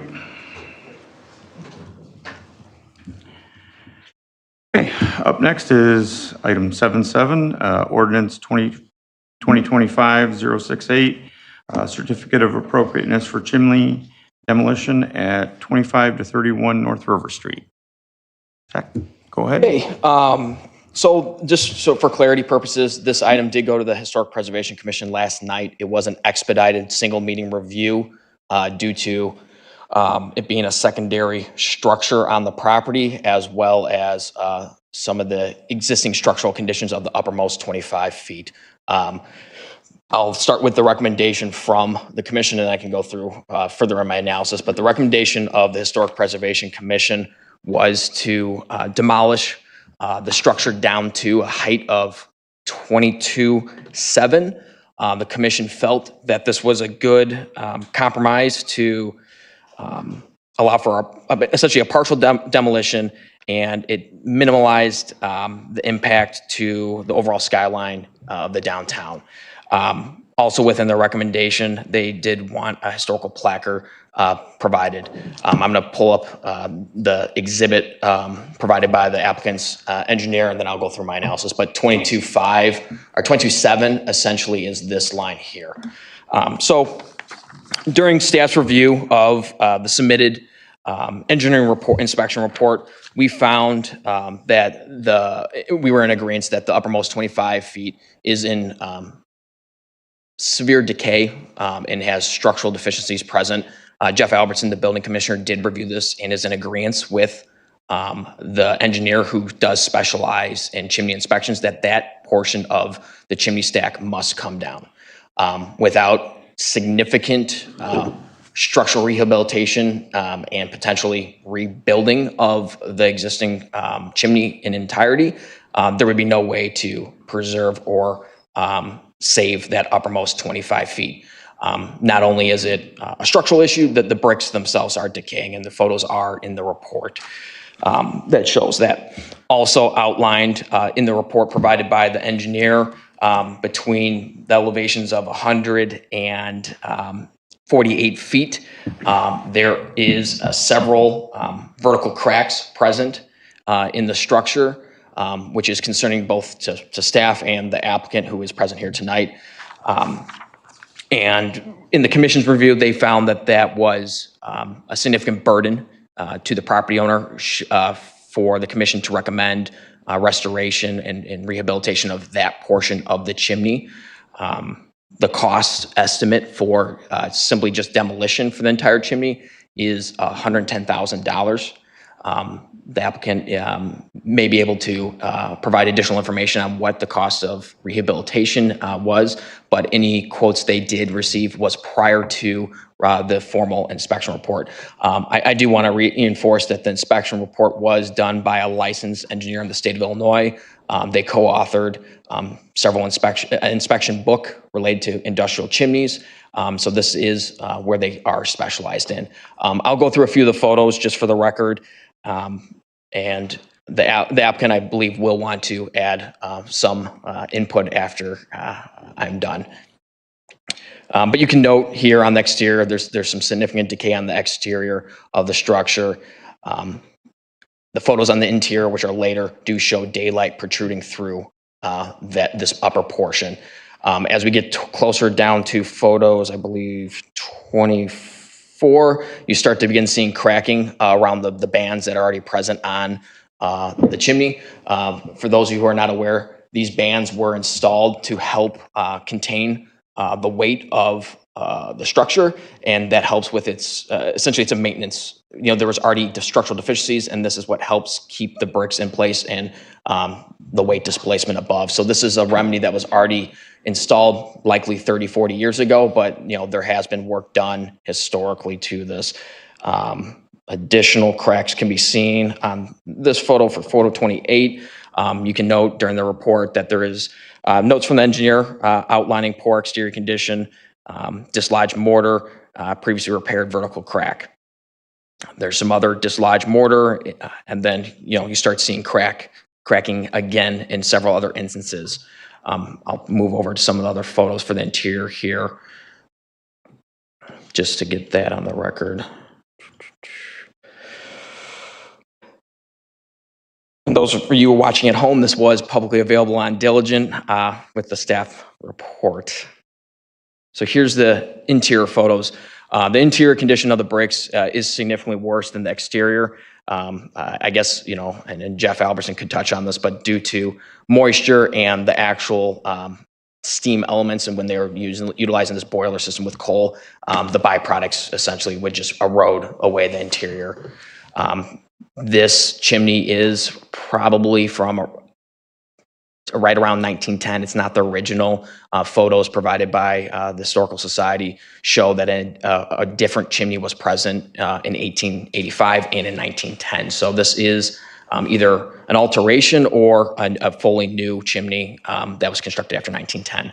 But you can see the condition of the bricks here in this photo. And then in portions of these photos, you can see daylight. These photos were captured by a drone, as it would be unsafe to climb both exterior or interior, almost impossible. I would like to note also that, the city has not allocated any funding for this. The city has not, city staff has not said that any funding is available to the property owner for this, and it has been city staff's position that this is the responsibility of the property owner to maintain this. With TIF 1 being gone, there is no local funding source available for this property for such improvements. So I do want to put that on the record, that staff has been upfront with the property owner that this is a cost that they would have to bear. In regards to the applicant being here tonight, I think she does want to touch on the Historic Preservation Commission's recommendation before you proceed with any questions, if that's appropriate. You want to hear from her first before we discuss? Jim? Only because somebody reached out and they were confused. Can you just state that the city does not own this chimney? That is correct. The city of Batavia does not own this chimney. It is located within the city of Batavia's historic district, which is why Mayor Claire Keene is here as the property owner seeking a formal COA request for demolition. Thank you. I feel like there's two conversations that we probably have to have tonight, though. One is in regard to the specific property and what to do with this chimney, and I think there's multiple options we need to evaluate, and then also have the conversation of how did we get here and how do we make sure this does not happen again, especially to something that is one of the most iconic pieces of our skyline. Also, third thing before we bring her up here, anybody have a computer charger? Mine died and all my notes are on here. It's USB-C. Yeah. I got a battery for Oh, thank you so much. Across the board collaboration. Do we want to discuss before we have her up? Or? I was just going to say, I can't agree more with point 2 that Abby just made. I mean, this is terrible. I'd love if this thing could survive. From afar, it doesn't look bad. Up close, obviously, we know it's pretty bad. So, I just want to put that out there, that this is not something we want to force to have happen, but this is definitely, and I think the larger question is how this was originally brought up with, a potential tenant that was going in there, that, there was some large costs accrued. They noticed this kind of shut down that whole idea. And so, again, this is more than negligence on this chimney has led to a number of things. So we need to make sure, we're on top of this kind of stuff as our town ages with some of the owners of these buildings, and that, again, you're a partner with our town, and what I do, and I appreciate your sentiment that this is on the owner. I mean, obviously, this being the kind of structure it is, you got to know this is on your building, and it's on you. But I do also don't want to just, if we can partner somehow, if we can help as a city and find something, some way to help fund something or whatever, however we can get creative, I definitely want to explore that, because I want to be a good partner as well, as we call some of these building owners to hopefully be our partners too. So, let's leave it at that. And then Chris? Yeah, I of course, I very much want to hear from the owner here in a minute. Let me just ask a clarifying question. From a safety perspective, what needs to come down right now, and what can we wait a little bit before we make a decision on? So the uppermost 25 feet does need to come So down. just like safety reasons that could blow over and it's different. So essentially, within the way that the municipal code is structured for the historic district, the building commissioner, Jeff Albertson, does have the authority to, if they believe there is a safety risk posed, he could authorize that. That being said, Jeff does not believe that there's a imminent, threat, which is what that is for. That is more utilized for if, let's say, a vehicle drives through a structure and there is an imminent threat of collapse. That feels pretty strongly. It's that top with, 25 with an needs, additional thaw and freeze, and then quick action. our more severe weather. The city, knowing that the condition of this, based on the engineer's report, it does compel us to act in a timely manner. That being said, the applicant, Mary Claire Keene, has submitted an application requesting demolition in the entirety. So that in itself wasn't necessarily driven by staff. That was, that request is driven by her. And 25 feet, if I'm doing my math right, puts us kind of right around that first band. Is that about right? Approximately. So it's at peak, it's about I believe 111 and some change. So then you go down 25 feet. I'm doing some quick mental math. So yes, it's approximately right by this top band. So that's where Jeff's assessment is that uppermost 25 feet must come down due to his agreements with the structural integrity as assessed by the engineer.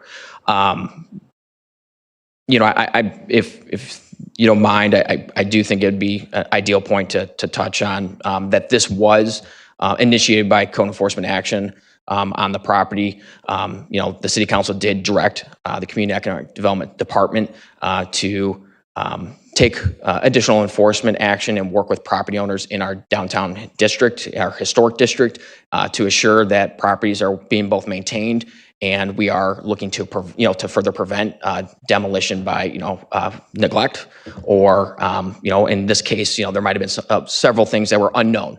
The city council in the budget also has authorized staff to work with a consultant to conduct a study of our historical structures.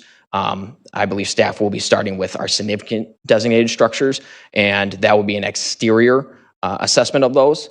That's something that Jeff and I will be working on in 2026, and that is a preventative measure to ensure that this doesn't happen again. So we are taking a proactive approach on several other properties and taking that, and we'll be working with property owners in our downtown. Yeah, and I'm sympathetic to that because I'm sure there's a little bit of whiplash of, hey, let's enforce stuff, and then all of a sudden we're like, whoa, that's what that means. And yeah, I get it. That's totally fair. I think before I'm finished here, just echo what Alderman Lancy said. It'd be really great if we can find a way. I understand the safety concerns. We've got to do what we have to do. Maybe we can get creative.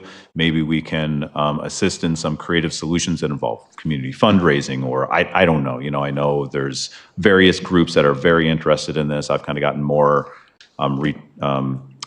contact from my constituents on this than I have on the budget and on tax increases. So I know that there's a high interest, and maybe we can leverage that, and maybe to help rehabilitate what can be saved. I'd be interested in exploring options. Yes, and historically, properties located within the TIF districts, that an active district, do have access to some level of grant fundings. Some is for signage, some is for tuck pointing, which does allow for tuck pointing around masonry, the mortar here. While I don't believe this would have, the chimney itself would have qualified, the overall building, the limestone structure would. That is a program that Anthony Isom, as the economic development manager, does manage. Our currently active TIFs still offer that, and we do have some limited grant opportunities in our Gateway grant program, is my understanding. One thing for 2026, I've talked with Scott Buning on this, and I'll be working with Anthony Eisen to see how we can further educate property owners on what is available at the local level, but also as a certified local government. That does open up some limited funding at the state and federal level. Obviously, the current climate of Washington has restricted funding for preservation of structures, but that being said, historically there has been funds or low interest loan programs available to property owners. So that's something that the city is going to look in 2026 to further educate property owners and expand our information available on the website. Chris, did you still have something? Yeah, just real quick, I mean, a lot of it's already been discussed, but, this is a privately owned property. Again, we're not the Bank of Batavia to fund privately owned properties. So with that in mind, the code enforcement, it is something that we asked them to do. And this is what happens when we have code enforcement, which everybody was talking about. And everybody was all concerned about this downtown and code enforcement. So this is what happens. And the other thing is like he just said, this will hopefully prevent things like this from happening in the future because you might be able to get it a little bit earlier. But in all reality, this has been going on for decades in terms of what we're looking at here. So, I mean, this isn't even like when Alan was on city council, he couldn't have done anything about this at this point in time. So I would be interested in then hearing in follow-up the quotes they got for rehabilitation and what they were told about rehabilitation as the private property owners of this particular structure and being able to still comply with what would be required under the Historic Preservation Society in a historic district. Jim, Leah, Jen, and then I have something. I'm putting myself in the line. Zach, so thank you for all this work. I just want to sort of, I can guess why the owner's asking for full demolition. This is a 110-foot freestanding chimney, and those drone pictures are pretty awful, right? And so there is no load-bearing understructure to this. This is freestanding. And I'd imagine if we were to tell her, you just have to lop off the first 25 foot, I would not be comfortable as a building owner knowing the condition it's in, knowing that I'm liable for the remaining part of the chimney after looking at that engineering study, right? So, so I just want to set expectations here. I'm imagining rehab, if rehab really means rebuild, because given the current state of it, how big this actually is, there is no underlying, it's a self-supporting structure. And more importantly, now that we've discovered this, and thank God we did. I know, I don't want to imply code compliance was bad here. I think code compliance worked just as it should have here, because those drone pictures are pretty awful, right? Are we liable if this thing falls over? If we don't demand full demolition?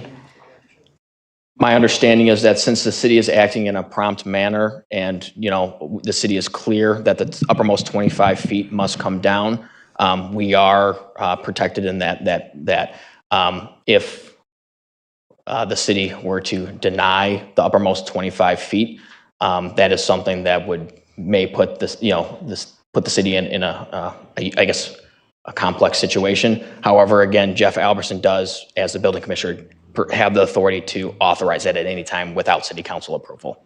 Yeah, I just want to echo that as soon as we found out this report and digested it, we took immediate action in regards to this to try and get it in front of the Historic Preservation Commission, as well as some interim measures to protect the area by closing off the patio. The property owner, I mean, granted, thankfully, we're not in the patio season right now, but we did say that, you do need to close that off because just in case something happens, we didn't want to have, something happen there. So we did take immediate action on that. And now that we know about it, that's why we're in front of everybody in this expedited manner. And just to add to what Scott Beating was saying, the date is blanking for me, but not this last Sunday. 2 Sundays ago is when we received the report, and we immediately scheduled for the next available meetings. So we've had the report for a week and 2 days. So we are covered, is what I'm hearing. That is my understanding. Okay, great. And to answer your question on rehabilitation, if in context for the structure in almost its entirety, my understanding is yes, that there would be some significant work that would have to be done that may include full rebuild. Down to the 22 feet and 7 inches as recommended by the Historic Preservation Commission. Staff recognizes that the report calls for some work that would be needed, much of which we believe would be tuck pointing. There may be some other minimal work that would be needed, but with a significant reduction in the structure and weight above it, that should resolve any weight concerns and further damage to those bricks at that height. The demolition contractor at the Historic Preservation Commission did state that this is a demolition that is a brick by brick process, meaning they will be in a large lift and they will be jackhammering out each brick and dropping it down and then manually pulling it out of the bottom. So it is a very slow process and laborious process, and it's not something they can obviously just drop. Yeah, and to overshare a bit, I did hear about somebody asking if almost informally to get this thing demolished like 20 years ago. So I know people have been talking about this for a while, although not in the context of historical preservation. Just before we had the historical district, just knowing, hey, we had this unused chimney that was decaying. How do we remediate it? So. Yeah, and the report, as it does outline, is that there were some repairs done over the years, the banding, some tuck pointing, some attempts to repair the cracks. That was likely done under Phil Elstrom's ownership. Of what era, I'm not sure, but the report does say it was not done correctly. It was not done by a chimney specialist. It was likely done by someone who just does, tuck pointing. Yeah, then Jen? Thank you. So I know we're all here working together. Like, you own one of the most iconic, beautiful areas in our downtown. And I think we all recognize that, and we want to work with you. We want to work for our residents and for our historic downtown. I mean, I've already stated that is a huge priority of mine when I think of a lot of these discussions. And unfortunately, when we hear the word or we deal with code enforcement, it has such a negative connotation. But we just remind ourselves that we're using it for safety, and also as we view our strategic plan and what we want our downtown to look like. This is primarily a safety issue, but we're also trying to balance the iconic historical value of this chimney in our downtown. And to Alderperson Malone's point, when this gets out a little bit more to our residents, we are going to hear about it. Our community will not let this go quickly or easily. And honestly, I heard months ago some residents even say that they would be interested in doing some type of community fundraiser for that chimney in particular, if it ever came to it needing to need help or replacement or anything. So I do encourage first and foremost safety, but then also creativity with whether there's grant opportunities outside of Batavia for historic downtowns like this, community involvement and engagement and fundraising. And just to keep in mind that, we're here representing our current residents, but also our historical past and our future. So, and we're working together. So I just want you to realize that, we want to work with you and also with our code enforcement department. We know what you guys are trying to do and just get us all on the same page. So.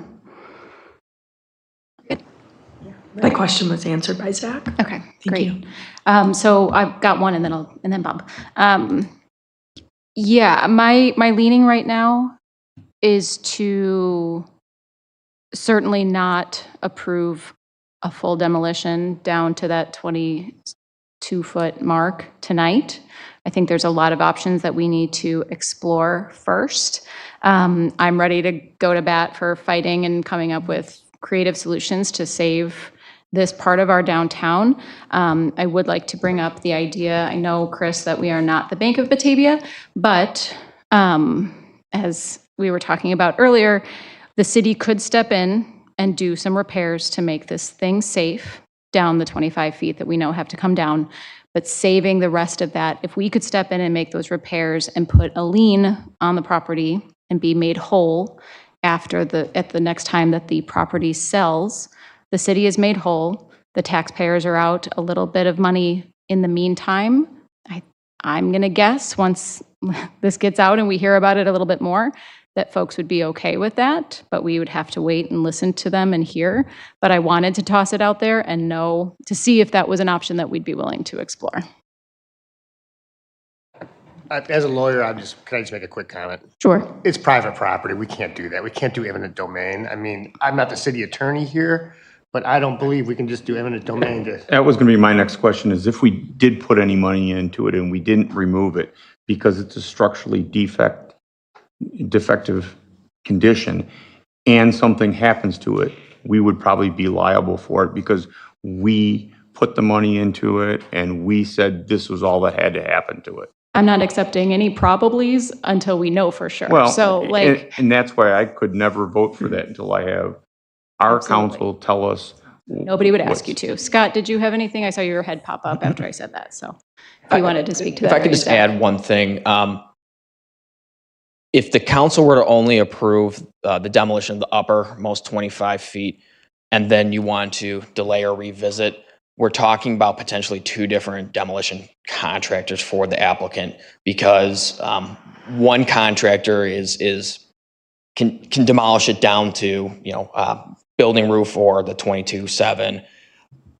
But if there's any discussion of a partial demolition of that significance with rehabilitation, that's a completely different contractor.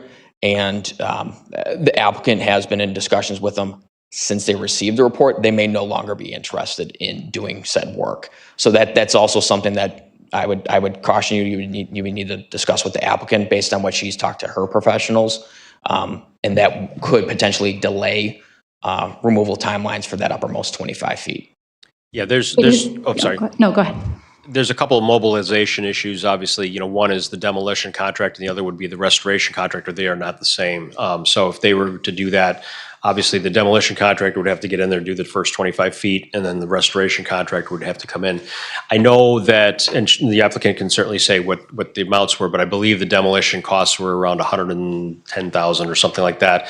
And then the restoration was somewhere around $230,000. So, I mean, but she can quote on that. So that's great. Yeah, it is private property. It is not under our control, but we put the Historic Preservation District in place so that we had to approve when things come down. Like, we put those rules there because we wanted to have some control and we wanted to have some regulation in place. So this is us exercising our control. We're not doing anything out of bounds here by wanting to explore these other options. Bob, you had your hand up? I think the applicant has been very patient, listening to us for 2 hours and maybe 15 minutes now talk about her property. I would really welcome her comments at this time. And then I think we should have a continued discussion afterwards. Jim, did you have a last thing? Because your hand is up. Yeah, you know what, before you talk, thank you for waiting, by the way. I'm not an engineer, I'm not gonna pretend to be one, right? But I've never heard of a property that's 110 feet tall and somebody says you just gotta take off the top 25 feet. Did we, and part of me, I'm not upset, but part of me feels like we've misrepresented what's kind of going on here, right? If the whole thing's gotta go, the whole thing's gotta go, right? And if we just, for the sake of optics, said he's got to take off the top 25, that's fine. I'm just confused by what the recommendation. So I would, the engineer in their recommendation did recommend the full removal. However, they did note that there are areas of the structure that could be repaired. Well, so the recommendation was take the whole thing down, which aligns with probably most of our life experiences, right? With stuff like this. Yes, and just for clarification purposes, staff's recommendation on this is only related to the uppermost 25 feet for safety and the structural condition of it. Staff otherwise has been deferring to the commission and city council to make the final decision on the remainder of it. We didn't take a position. But we're not engineers. right? So if the recommendation is take the whole thing down, if the engineers to take the whole thing down, that's what we should be voting on, yes or no on that, right? I don't want to misrepresent my experience, right? I'm not qualified to say which is better, which is more appropriate. And I think Jeff Albertson can touch on at least the Historic Preservation Commission's recommendation for the 22.7 a little bit more. I think, yeah, our concern is definitely with the top 25 foot immediately. They also said that below the top 25 feet, I believe it was the 83 foot level down to essentially the 22.7 level that the Historic Preservation Commission recommended saving, is in very poor condition. So it would take a significant amount of rehabilitation, if not rebuild, to preserve it. So, and even the lower, probably I would say the lower 11.6, which is essentially everything below the roof, there's little work that would have to be done for the lowest 11.6, but even from 11.6 to 22.7, so that essentially 11-foot section is going to have some work done to preserve it. So, but everything above that 22.7 is what's pretty extensive work, and then the top 25 foot is essentially, it has to come down, no matter what. There is no way to save that top 25. Since we're not engineers, we could get an engineering opinion to let us know if taking 25 feet down and the rehabilitation, and we could get costs for the rehabilitation of the rest. I would note that, it's not unusual to cut a building down. I mean, it's happened in history. DeSoto Hotel in Galena used to be 2 stories taller. So, I mean, it can be done. It can be, as I like to say, and I'm sorry, Andrea, but, anything, you can engineer anything, and if you just want to, it just costs a lot of money sometimes to do it, so. Yes, can we bring the applicant up, please? I'm Mary Claire Keene, and of course, as you know, I'm here to discuss the chimney at 31 North River Street. So let me just give you some information here, and then we can go from there. When the concerns about the chimney needing repair were brought to my attention, I went out and tried to find the best qualified person that I could. I hired a certified professional engineer who is extremely qualified. This engineer has inspected over 1,000 chimneys during his career and done reports on every one of them.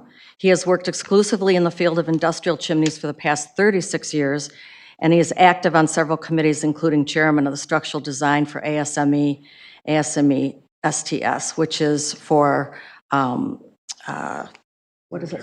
Mechanical engineers. American Society of Mechanical Engineers Standards, which provides the guidelines for the design, fabrication, and installation of the stacks. He co-authored the book Chimney and Stack Inspection Guidelines. He's a registered professional engineer in over 35 states. So the first thing I did was I went out and made sure that I got someone that would be appropriate and do the best job possible to give me the best assessment of the chimney. And one of the first things he told me is that the inside of which nobody, who would think to look in the inside of the chimney? You look at the outside and you think, okay, it needs repair, or it doesn't. And he said that the inside of the chimney is always much worse than the outside. And so he said, we need to do a drone and do the inside, and that was why. So, and clearly, when we did the drone in the inside, it showed, much more severe problems. So I'm just going to go, I don't even think, Zach, do I need to go over the photos again? It's your choice. Yeah, you guys saw the photos, and okay, so I won't do that. At the end of my PE's report on page 5, he states, quote, I'm going to read this to you again. Hold on.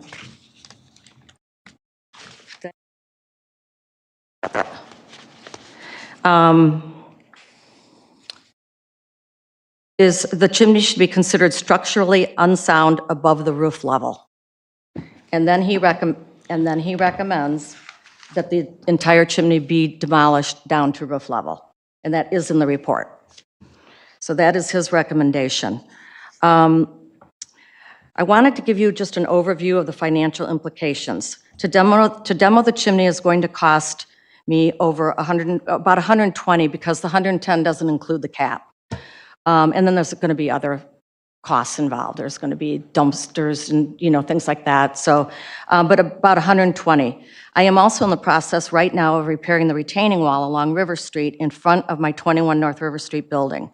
So that's like, it's like, it runs right along North River Street, and then you look down to my 21 property.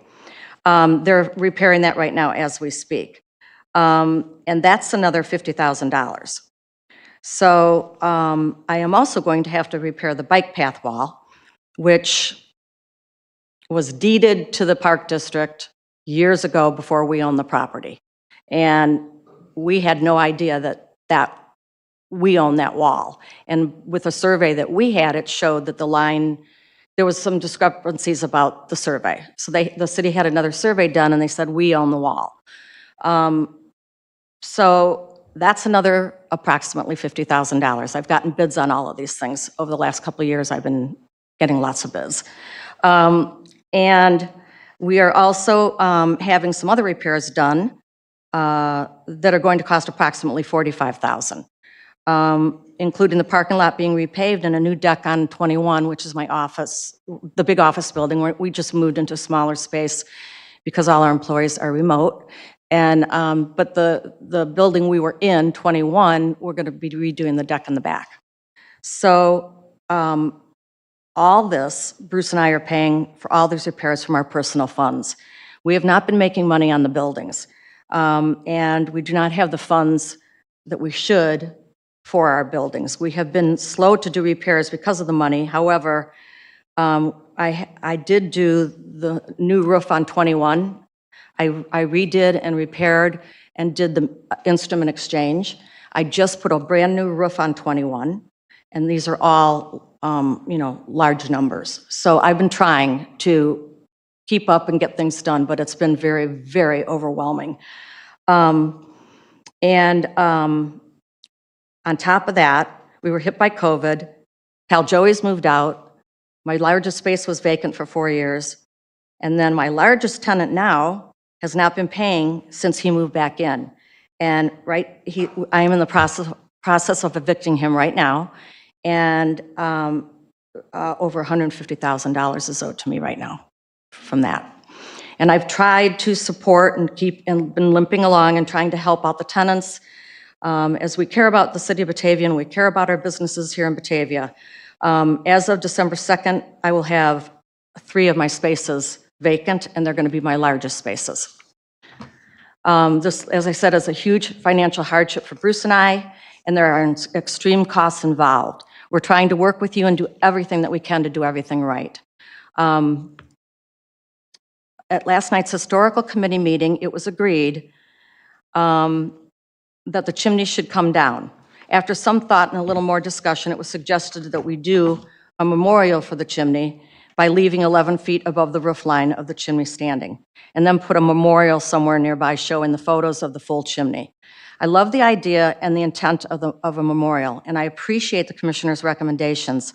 However, I refer back to my PE engineer's statement on page 5 of his report that says that this is not structurally sound from the roof up and should be taken down to the roof line.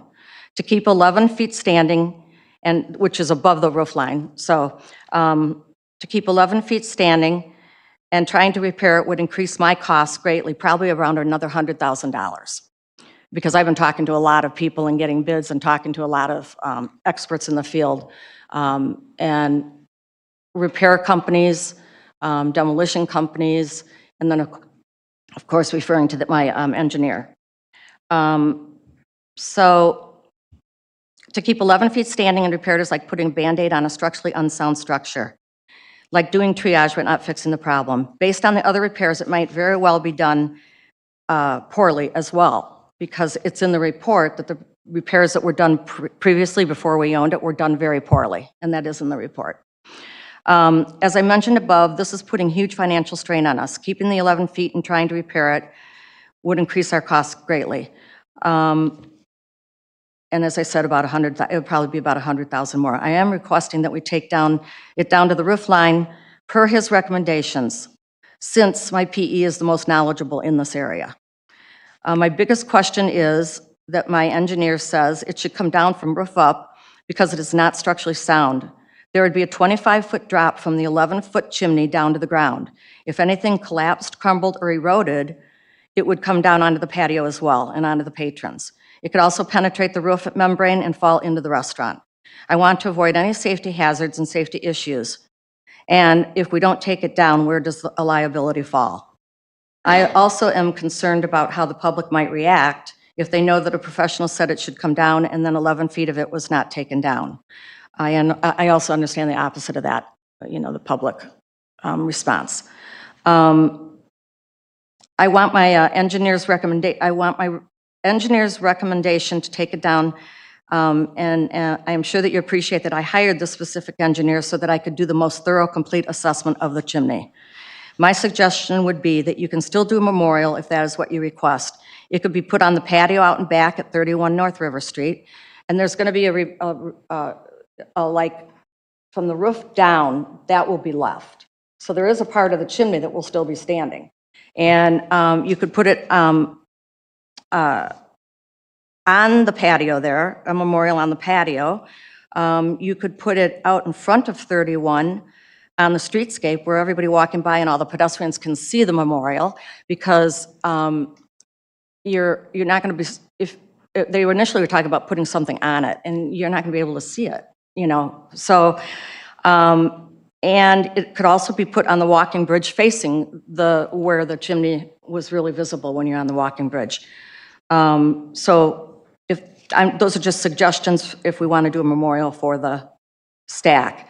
If you want to leave something of it remaining, then I would suggest maybe say 3 feet, because then there's no liability.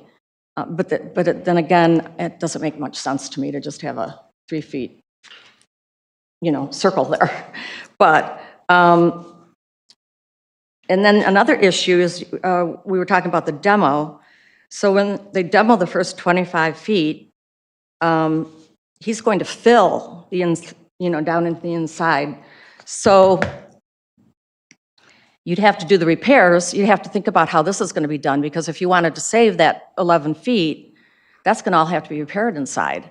But yet the demo guy is going to be putting the bricks down into it. That's how they do it. They're going to be up there chiseling and throwing the bricks inside.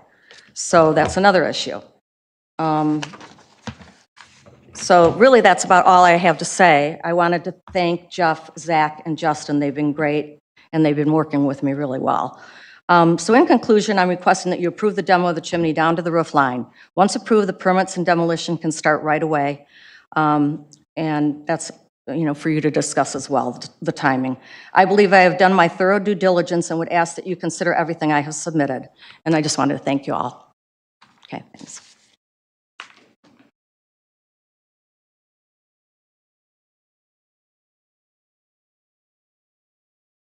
Yes, I have one, and this is more about if that contractor comes in and they start to take it down and it collapses, what's the plan?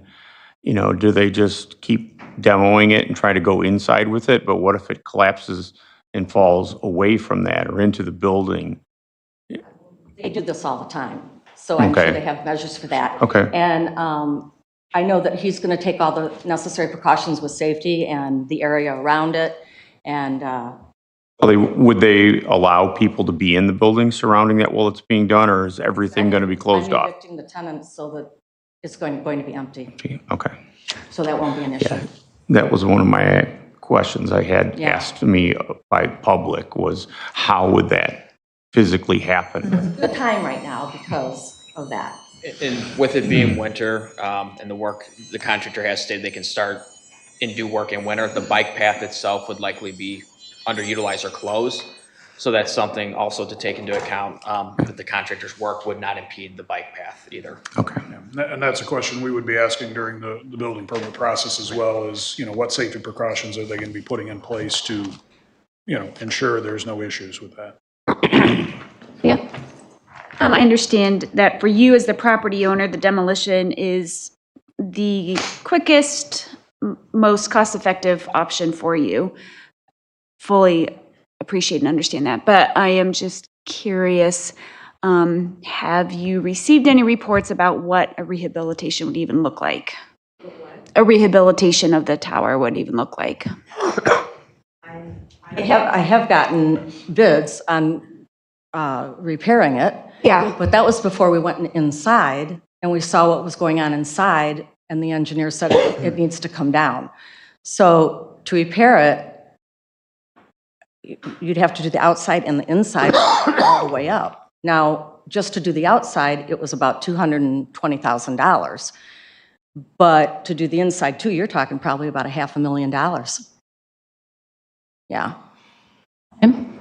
Yeah, I think my ask is how do we rephrase the original ask? Because I feel like after we discussed this a bit, this, just so you know as the owner, this originally broached to us as, hey, is a recommendation to remove the top 25 foot of the tower.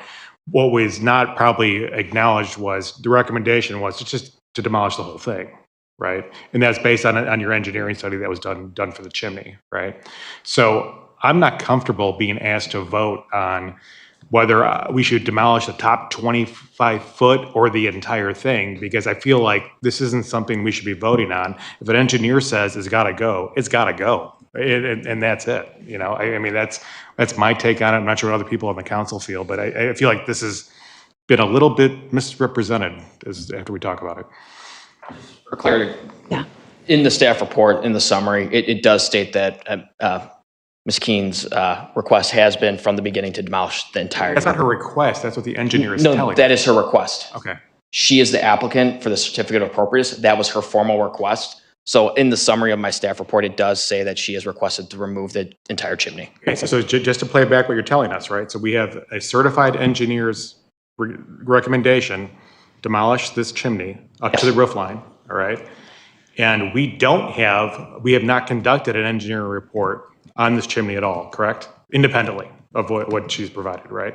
That is correct. Okay, well, I think there might be some confusion what you're asking. No, there's not, because the recommendation for the engineer is demolish the thing. What you're telling us is that there's an option to demolish the top 25 foot only, but in fact, that's not a recommendation from the engineer. Is that correct? That kind of arose at the historical meeting last night. Okay, so the whole just demolish top 25 foot, that's a red herring. That's not a thing. So I think there's some level of confusion. Essentially, in staff's review of the report, staff has determined at the absolute minimum, the top 25 feet must come down. Staff has not made a recommendation on any other portion of it. Ms. Keene and her engineer, though, however, have requested that the city consider the demolition of the full chimney. And in both the memo that went to the commission as well as the memo that's here tonight, it does show that request. I don't think it's been hidden or that is what the request has been. I think it's been clear that that's what the request that has been made. And last final thought, I'm not trying to play do something malicious. I think what I'm trying to say is we've had a certified engineer to say the thing has to come down, and there's been nothing telling you to do otherwise. Except that you reviewed the report and said maybe we can just do the top 25. I would say, let me interject here. I think, you can do anything you want. I mean, if you want to preserve the whole chimney, you could do it, but it's going to cost a boatload of money to do it. If you want to take it down to 50 feet, you could do that, but there's going to be a cost to that. Anything can be engineered, anything can be designed. You may have to reconstruct it, but that is something that can be done. If that is something the council desires as part of that, then the owner will have to go back and have another report done to determine what those costs are going to be to do that. It's not impossible to do it, it's just a cost. Robin, Tim, then Kevin.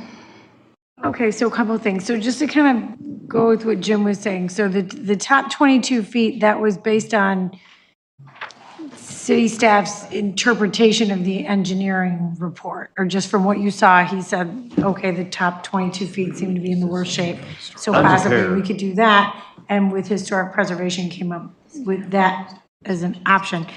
The other piece is though, sure, anything can be engineered with any amount of money, but if she doesn't have that money, like where does it, like, so it really can't, like, sure, that is. And that's where we are in between. Really Okay, there's a factor of what you can do and what she can or cannot do from a financial standpoint, obviously. But if the city council feels that it's worthy to preserve it, then there has to be those numbers developed as to what it's going to cost to do that, and then she's going to have to make a determination whether she can do it or not. or do we provide some additional financial assistance or what have you? Those are all And that's where we the would things get in between. either- If we want to save it, we're going to have to figure out how to pay for it. because Or she's already maybe said there's a she doesn't have fundraising money thing that, for that I kind think of thing. somebody else had mentioned that might be something you could do, so. I think what's going on here a little bit is both things are true, right? What Abby mentioned is our process is working, right? What we wanted to have happen is we didn't want her or someone else with a historic building in our historic area that we determined to just go lop this thing down in the middle of the night and us not know about it and us to be able to have a discussion. That's what we're being able to do right now. But at the end of the day, what Alderman Sofa says is true as well. This is private property and this is what she wants to do. This is what the engineer is saying as well. I think what Scott is saying is 100% true as well.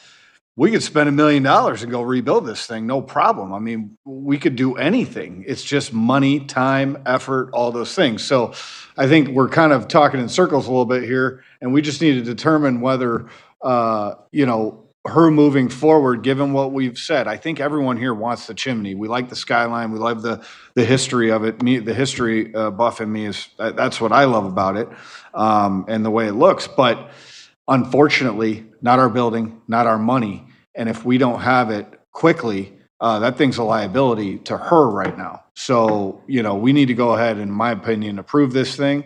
And as much as we don't want to see this go,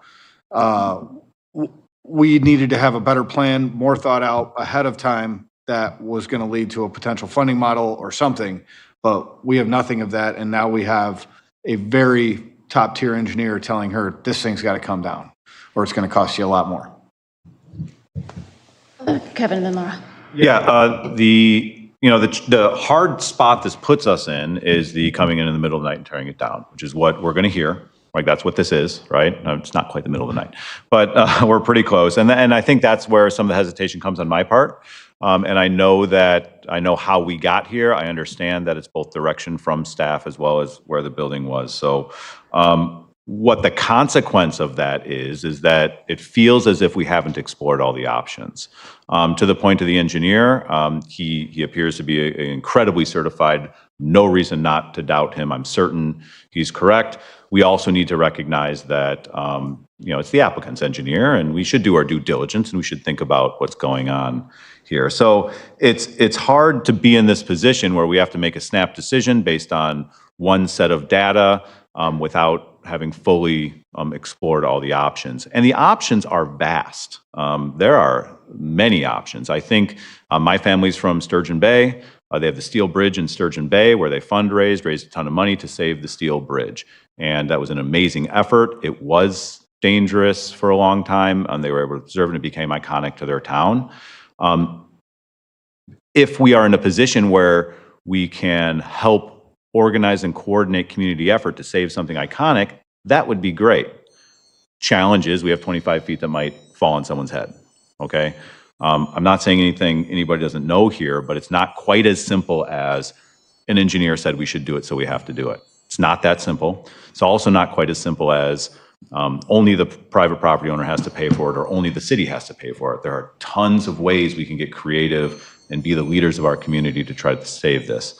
So I guess my question would be, just how urgent is it that we make this decision? Do they tear down chimneys in January? Or no matter what decision we make, are we waiting 6 months anyway? What are the timelines for this type of operation? The contractor has represented they can start immediately with demolition. They can do it in winter. It's preferable. I think it assists with dust control as well as patio seasons no longer. There's other activities are not occurring on the outside of the building. So as far as when the contractor can perform work, that can be done at any time, but they've represented to Ms. Keene that they can start with any approval from the city.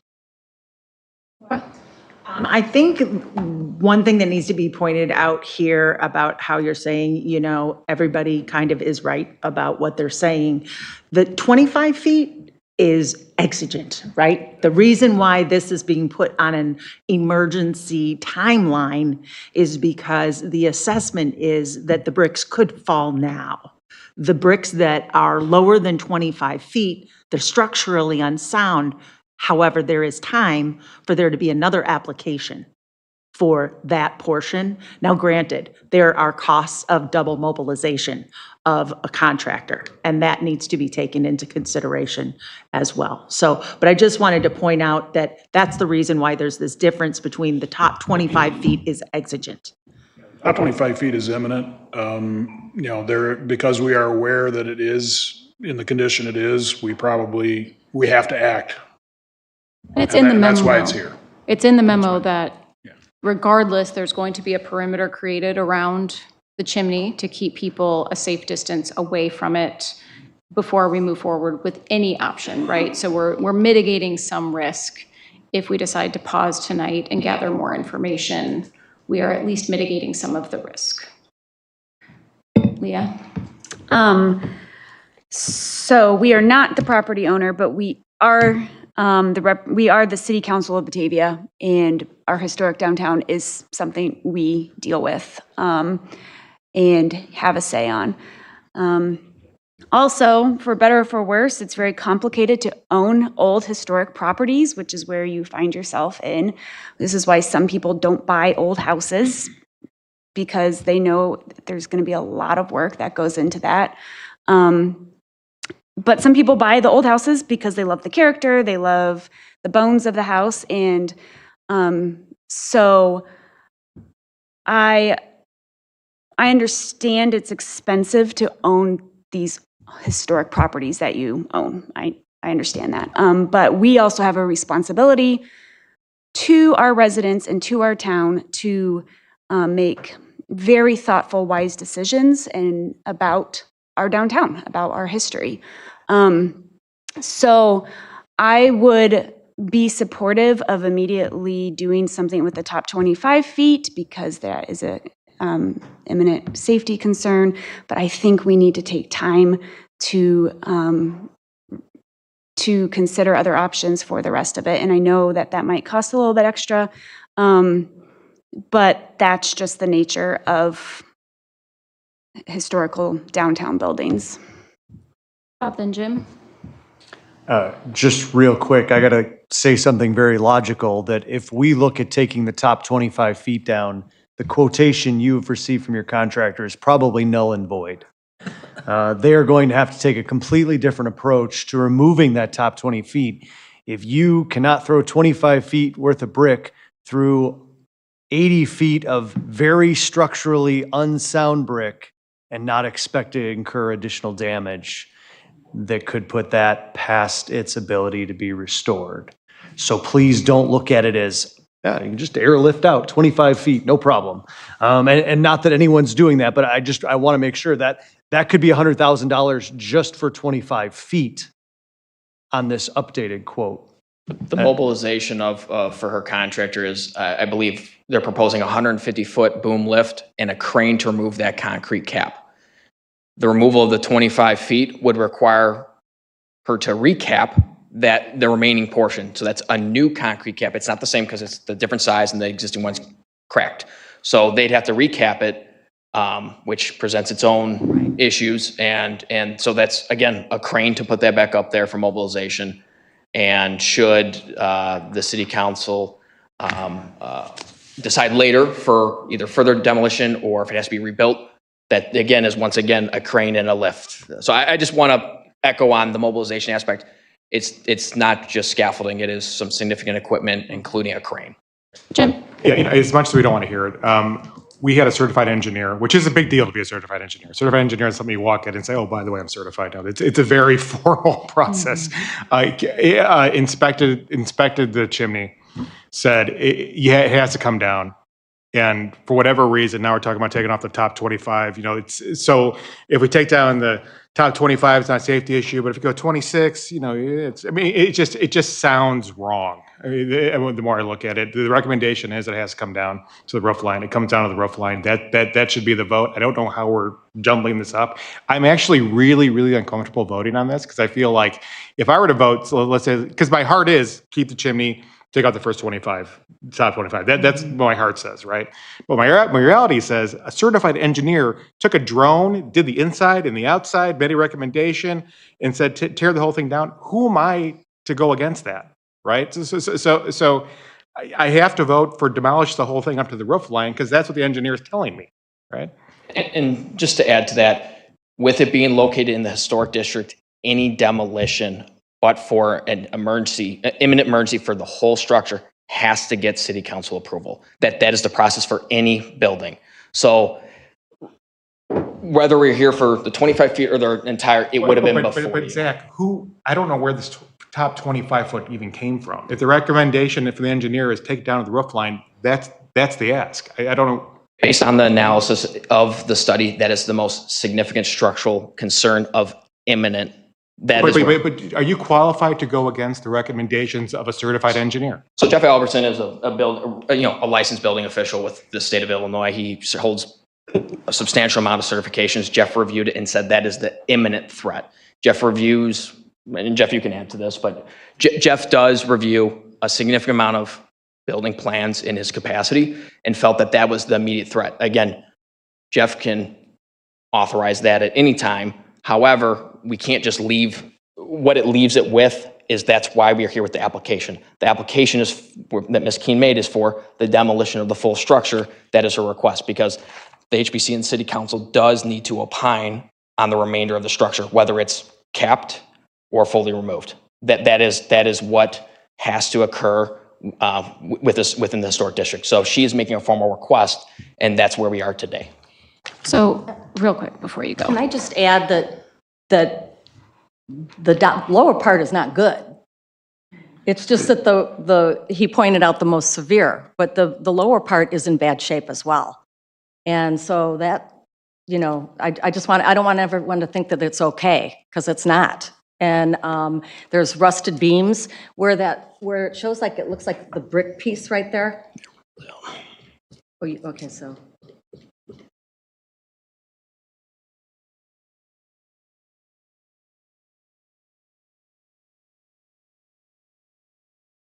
While you're looking for this, if a brick falls off of this thing after we take the 25 feet off, she's the only one liable, correct? Or are we now part of that? Because we approved Question for the, the 25 feet and not city the attorney. full feet. So I just want us to, I know we want the chimney. I want the chimney. I love that chimney. We got to take the chimney down.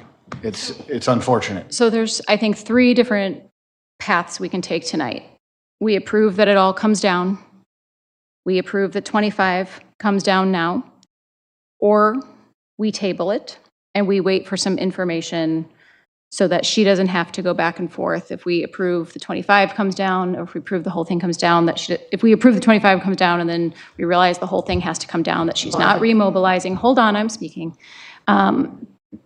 We don't have all the information that I would like to make that conversation. I think we owe it to the residents of Batavia to have more information at our fingertips. We have the opinion of the very qualified engineer that was hired to give the quality assessment of the chimney. The chimney is not good. That engineer was not asked, okay, but what would it take to make it okay?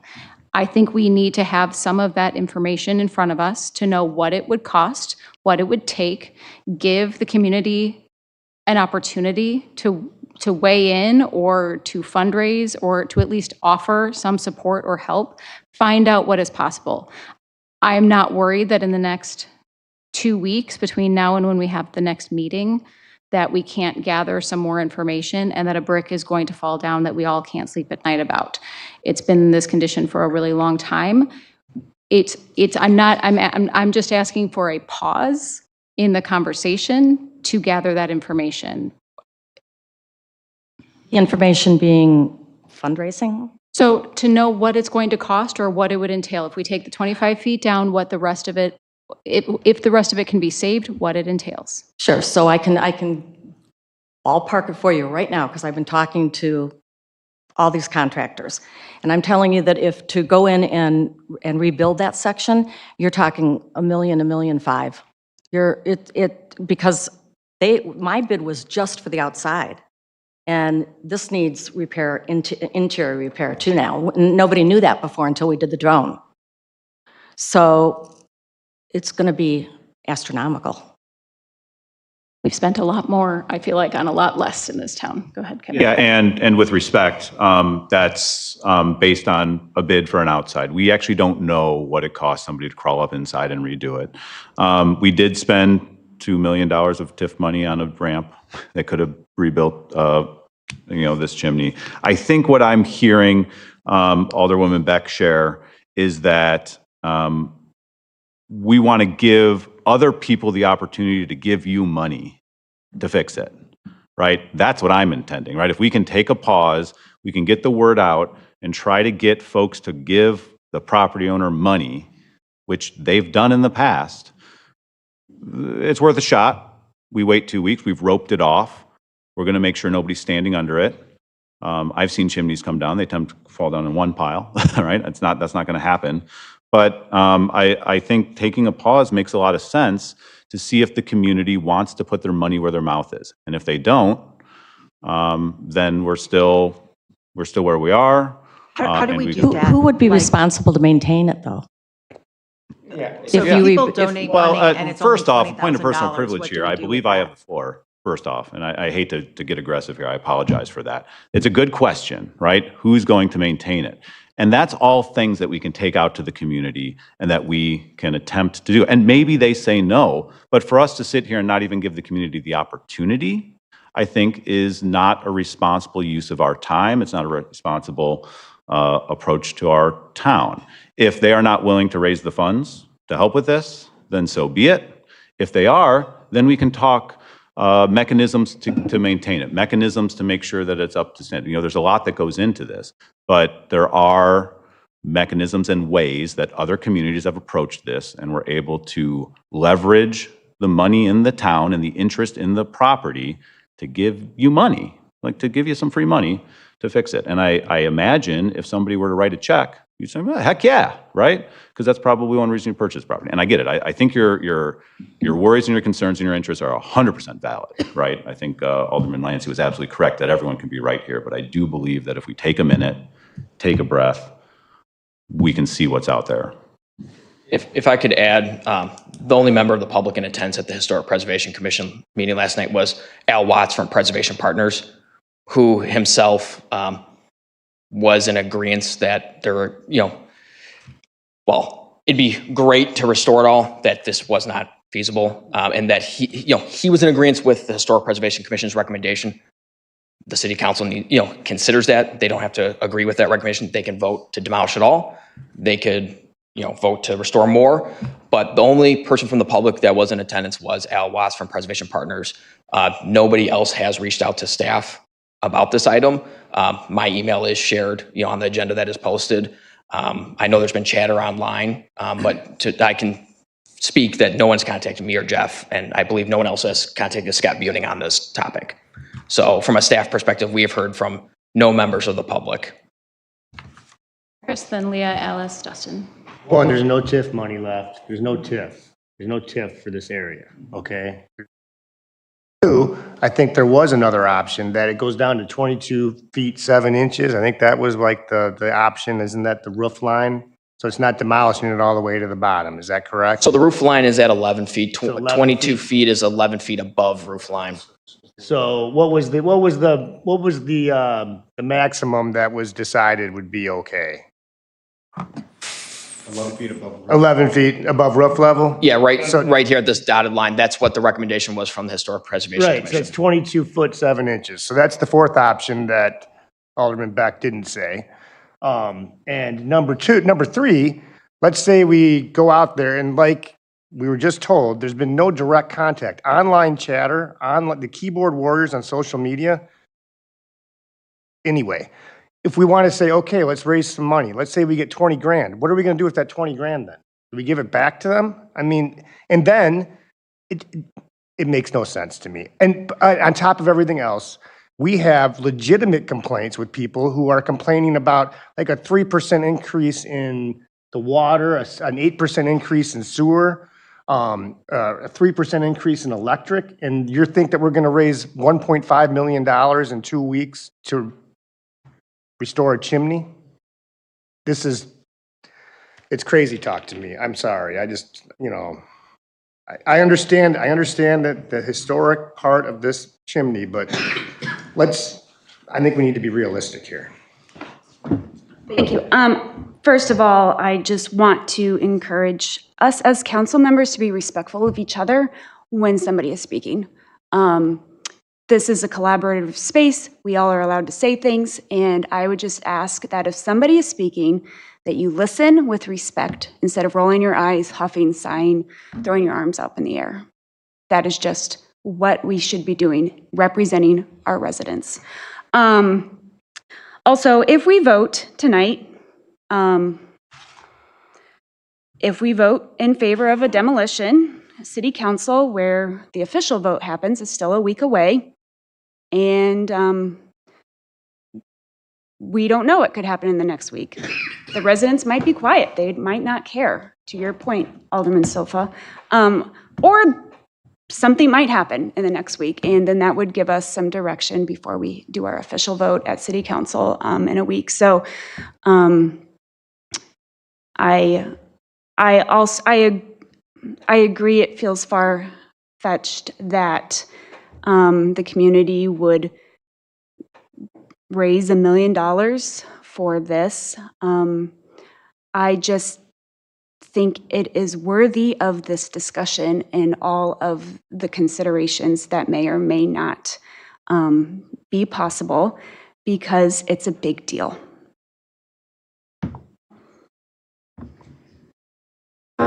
Did you want to say something? You have your hand up. When appropriate, yes, ma'am. Oh, you can go ahead for me. Thank you so much. My name is Tim Keene. I am Mary Claire's husband. My daughter went through the entire Batavia school district program from kindergarten till she graduated. Many years I consider this my home. I'm used to seeing this in my skyline. I know that Mary Claire has had her businesses here for many years. River Street Building's been here for 17 years, and BHA's been here for almost 30. When she first looked at this endeavor, it was her intentions that the thing's going to stay up. And it was just a matter of cosmetics things. When it came down to the integrity of the chimney, Zach and Jeff have been just phenomenal. And I think, my glasses don't have, but I think a second word, Leah Lehman, as you said, it was a partnership. That's how we're looking at this. We feel these guys behind us have been doing this as a partnership. Understanding code enforcement, it's a tool. You got to do what you got to do. And we all have that interest in mind. Some of the concerns I want to point out, when we talk about doing it in phases, the mobilization costs are not insignificant. It could be equal to 75% or more of the original cost. Just get all the tools and the heavy equipment and the labor to do it. Where the wind brick or all of it, you have this embedded cost. So every time you look at doing it in phases, it's going to be over $75,000. The integrity of the chimney is based on it as a whole. If you start taking on segments, you no longer have the structural integrity of the whole unit. So I would, ask you to to look into that if you decide to do it in segments. Understand you're deteriorating the whole structure as a whole.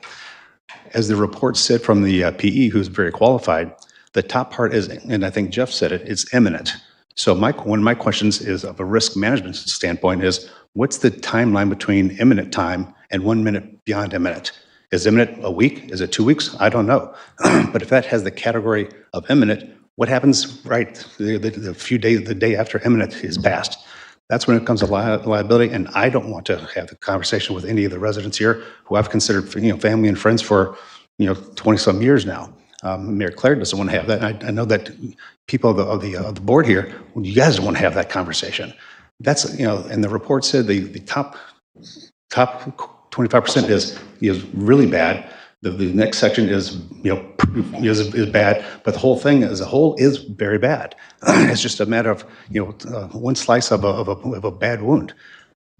And I think that again, to look at the outside, it looks like it's just topical, but really, as Mayor Claire said, you're triaging a really serious wound here, and to try to segment it, it could have some bad consequences.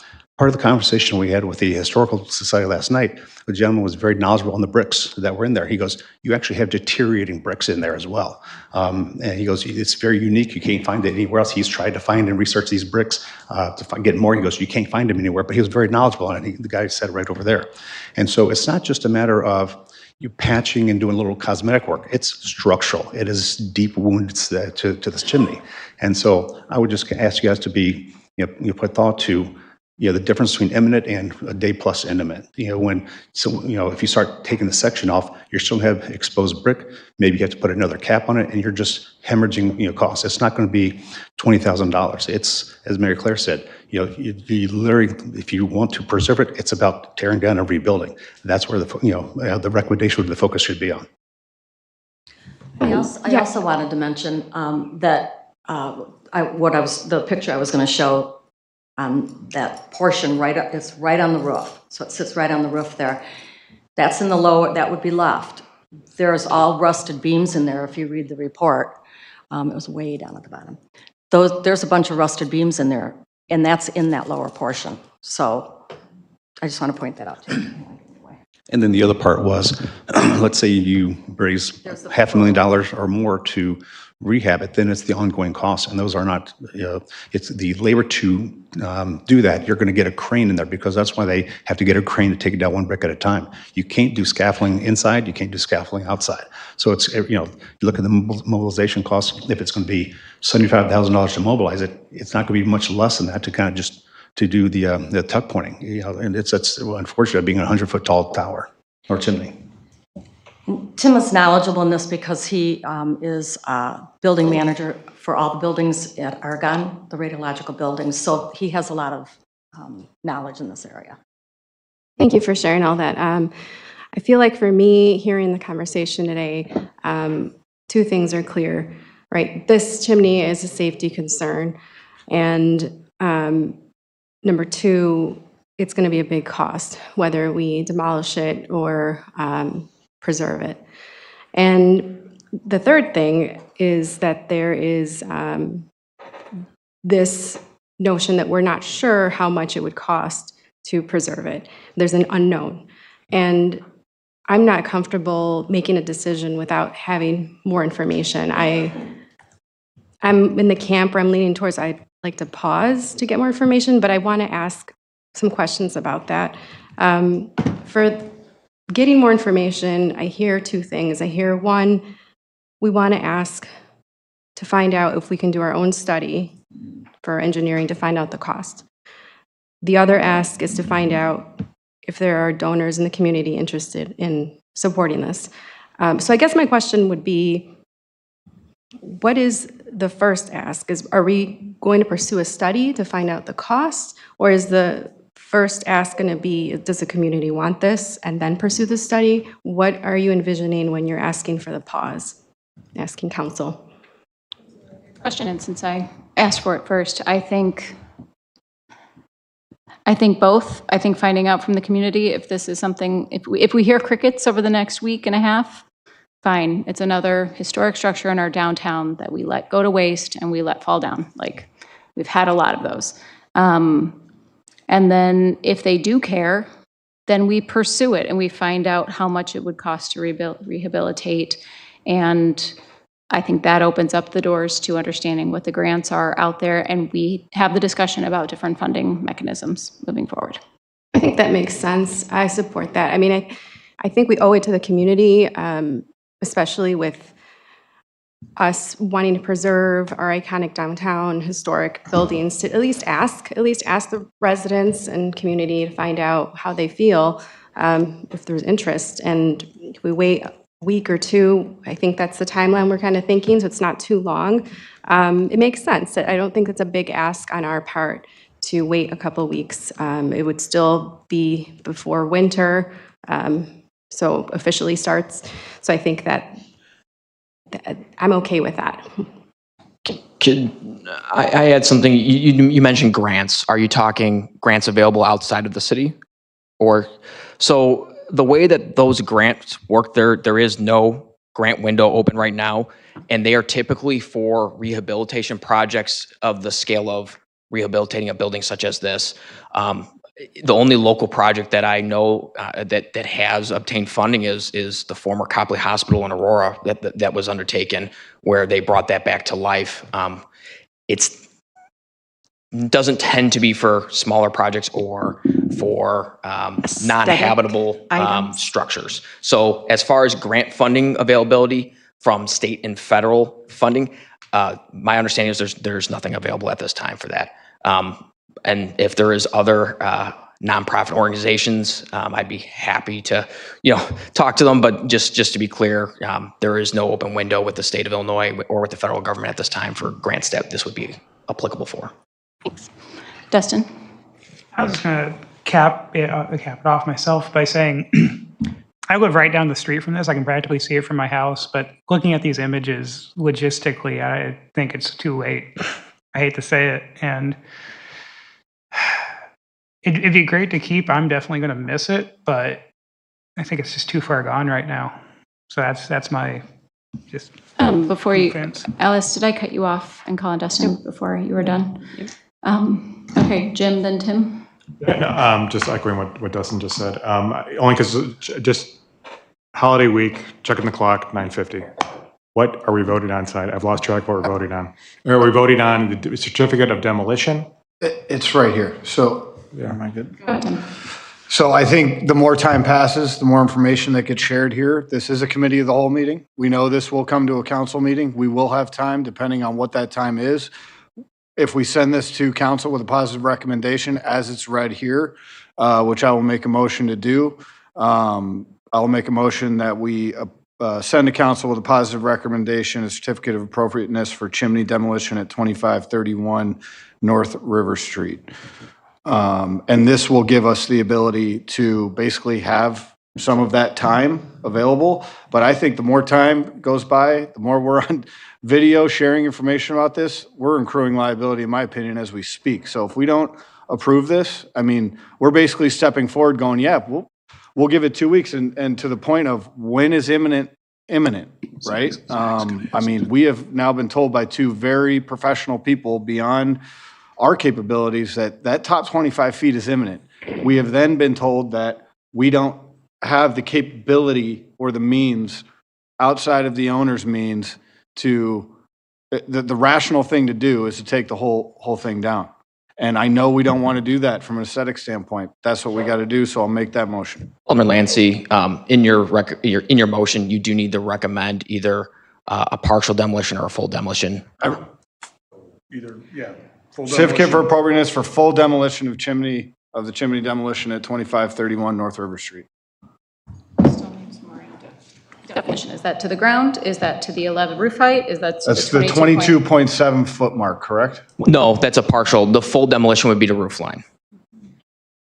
The engineer's recommendation was the roof line, and her request was the roof line. Okay. The HPC recommendation is 22.7. The roof line. Right, so just from a procedural standpoint, we have a motion, we do not have a second, so if we can get a second before we do conversation again. Thank you so much. Laura, then Alan, and Jen. I had a question for the property owners, whether for the full demolition, if you have funding available to be able to do that.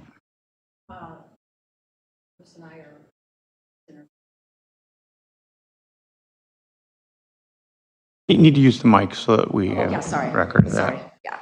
Yeah, we're trying to get it together. So we've been working on doing that. All right. Okay. While you're up here, Mary Claire, what question I have is, you had this property for sale for a while. How long was it on the market? And It's on the market right now. it's on the market right now. So, my mind goes out to, where is the money going to come from if somebody magically decides to write a check for this? Nobody wants to buy the property because of the issues, in my feeling. The amount of time that there's been vacancies in these buildings and the fact that they're there and gotten into the condition that they're in is because people don't want to put the money into that. It has a myriad of problems beyond a chimney that's failing. So, I don't want to heap any more on top of you, but there's a lot going on over there. And it's going to continue to be that way. And while everybody loves the chimney and thinks it's great, what actual connection does that have to the heart of our downtown that's going to change if that chimney isn't there?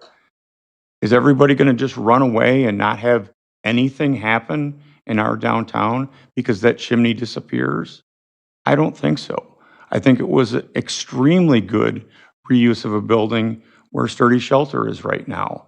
It was an extremely good reuse of a historic building that we are sitting in right now. But do I think it's going to make the downtown thrive because we keep this chimney in downtown? No, I do not think that's going to happen. So I think, to me, the prudent thing to do is, unfortunately, the easy way out now.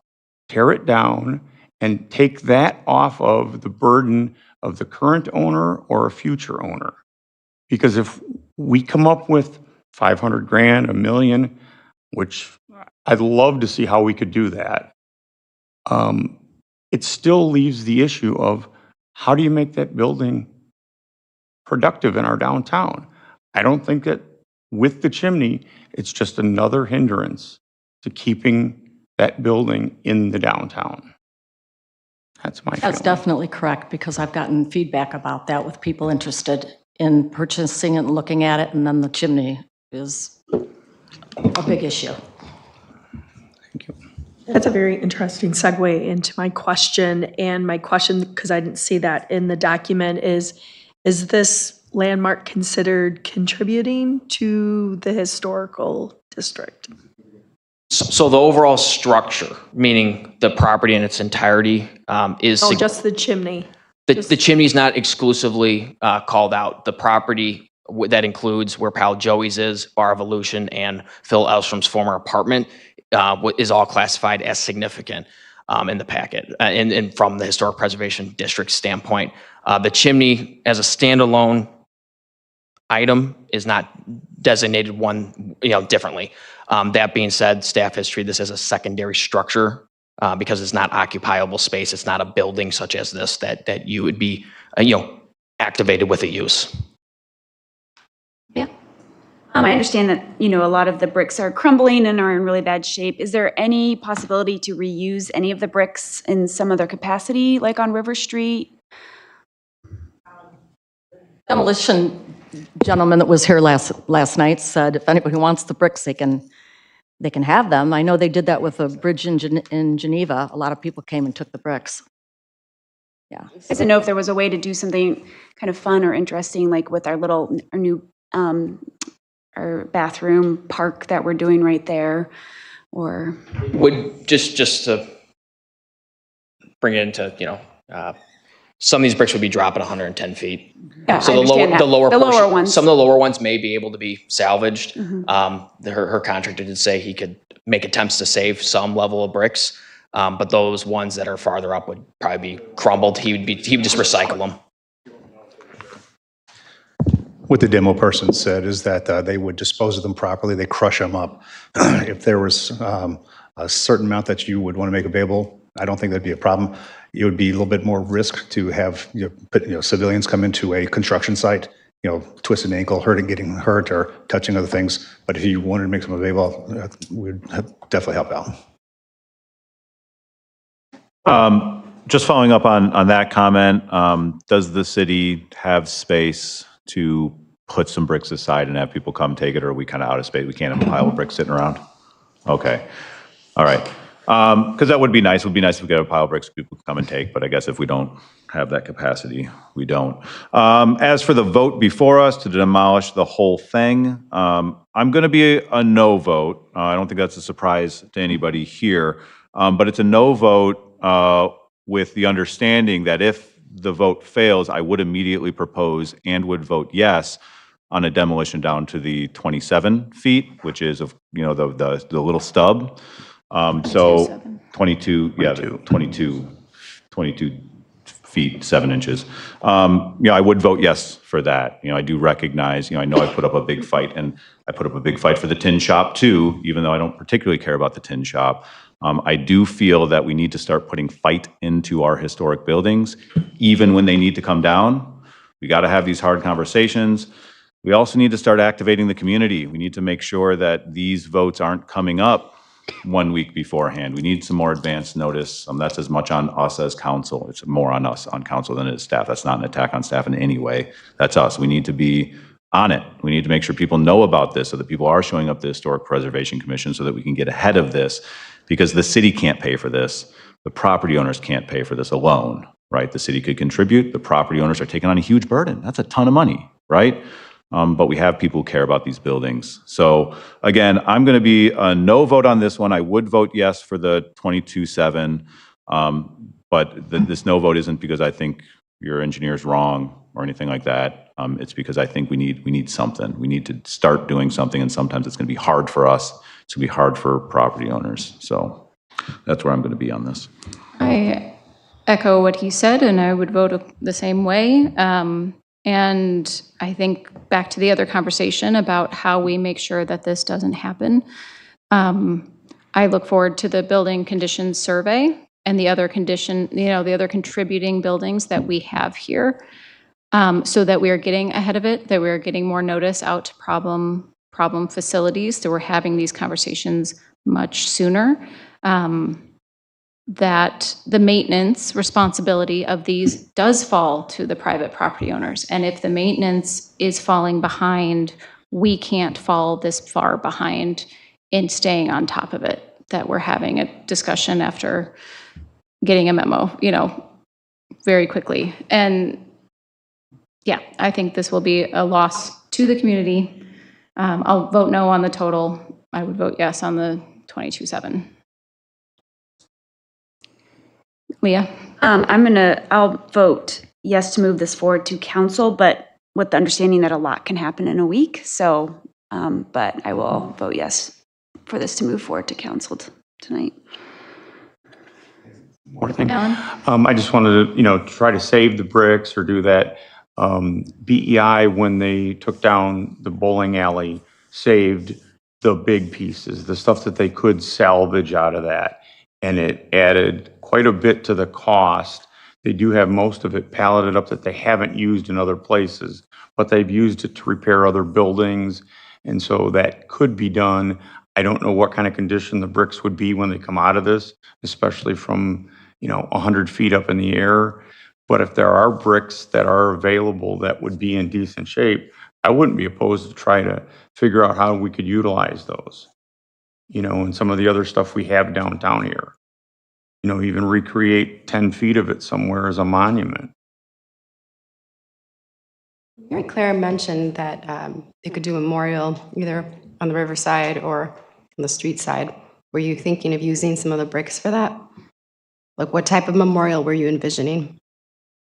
If I could assist, that is a recommendation out of the Historic Preservation Commission. Phil Buss, the previous chair, did that recommendation, and I believe he was envisioning something similar to the plaque that's just outside this building. I was going to mention Discover Historic Batavia marker program.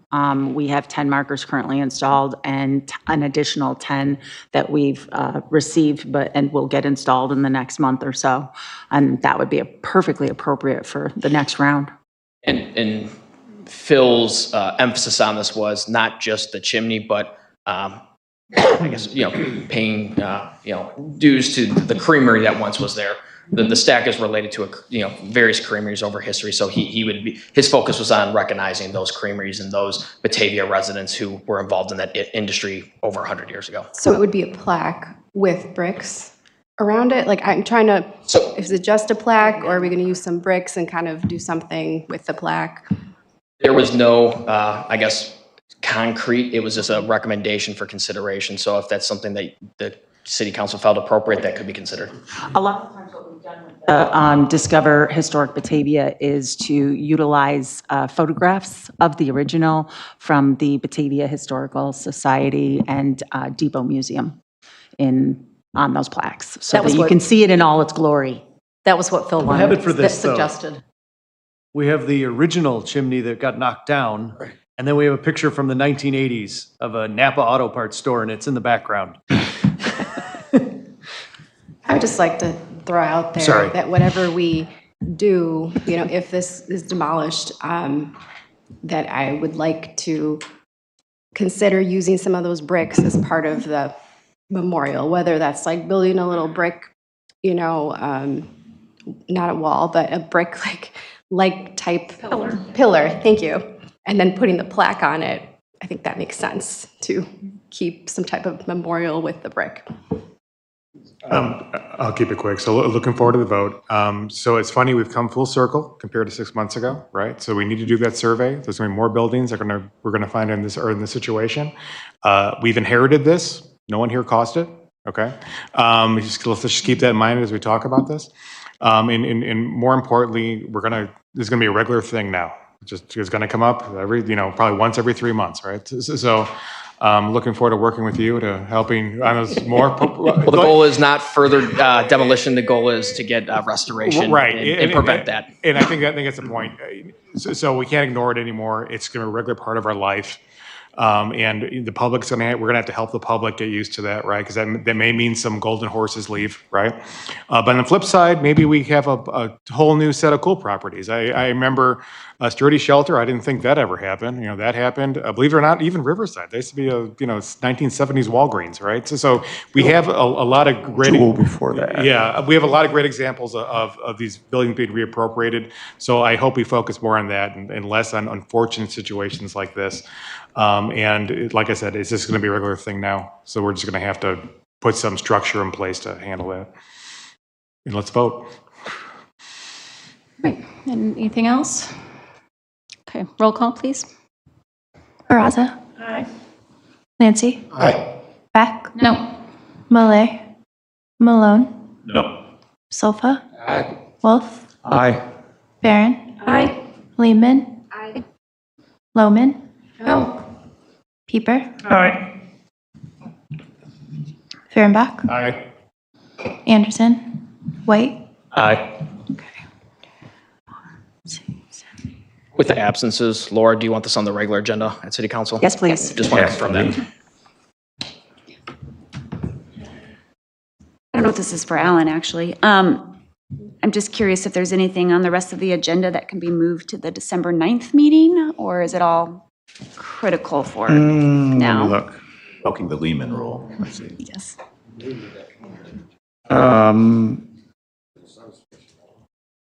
Yeah.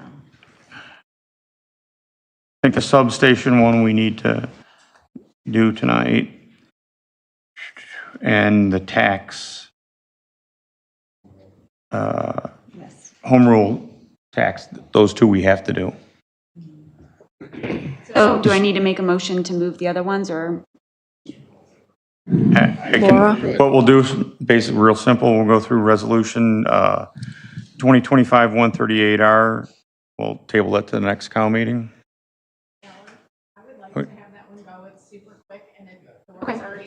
Okay. You don't, I mean, if Okay. there are no questions or discussion, Right. you can just take Hey, the does staff votes have by any roll. problems with any of these? So, Okay. okay. So, Laura's going to raise her hand. 1 minute, 50 seconds. okay, I'm going to be super quick because I want to get out of here too. I had a red eye last night. I'm ready for bed.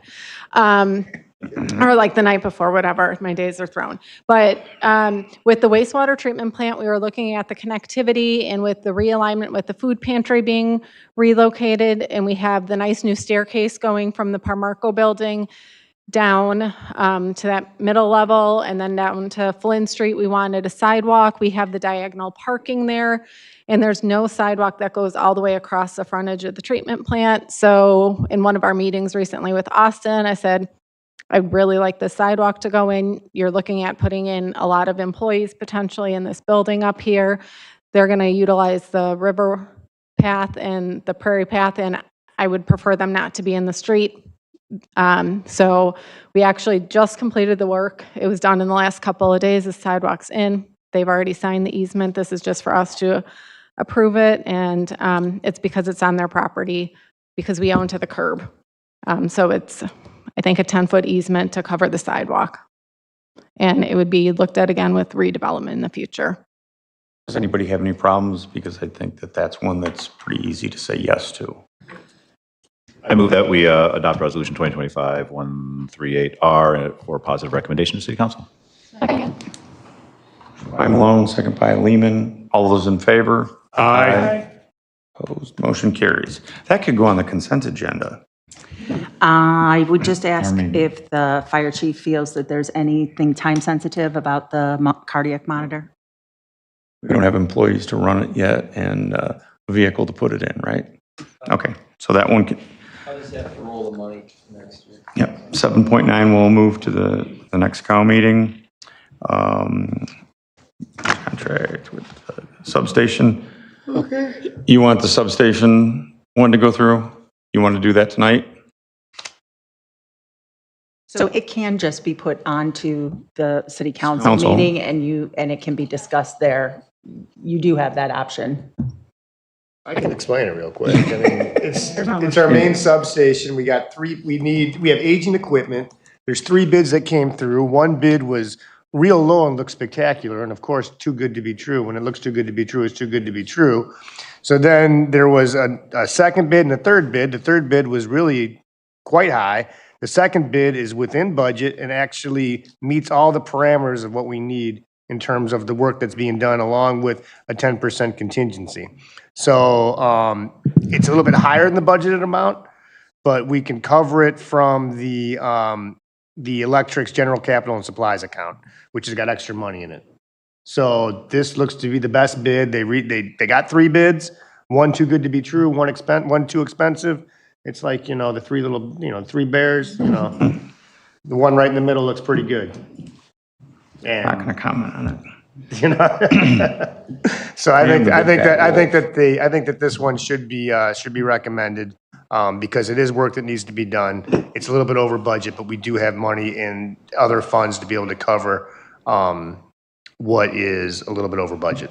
I would just like to add that Peggy was the one that recommended the use of the capital supply fund. This was going out to bid as we were doing budget.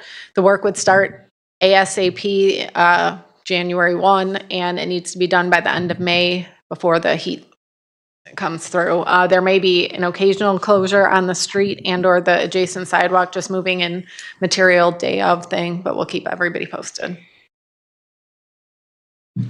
That's the only thing I would say is for anybody who's still with us at home, this does seem to align right with our research and studies that we've done and everything that we're pointing at in upgrading our electric grid. This isn't an ill thought out maneuver, even though it does cost close to $1 million. So we went from 10. Very necessary.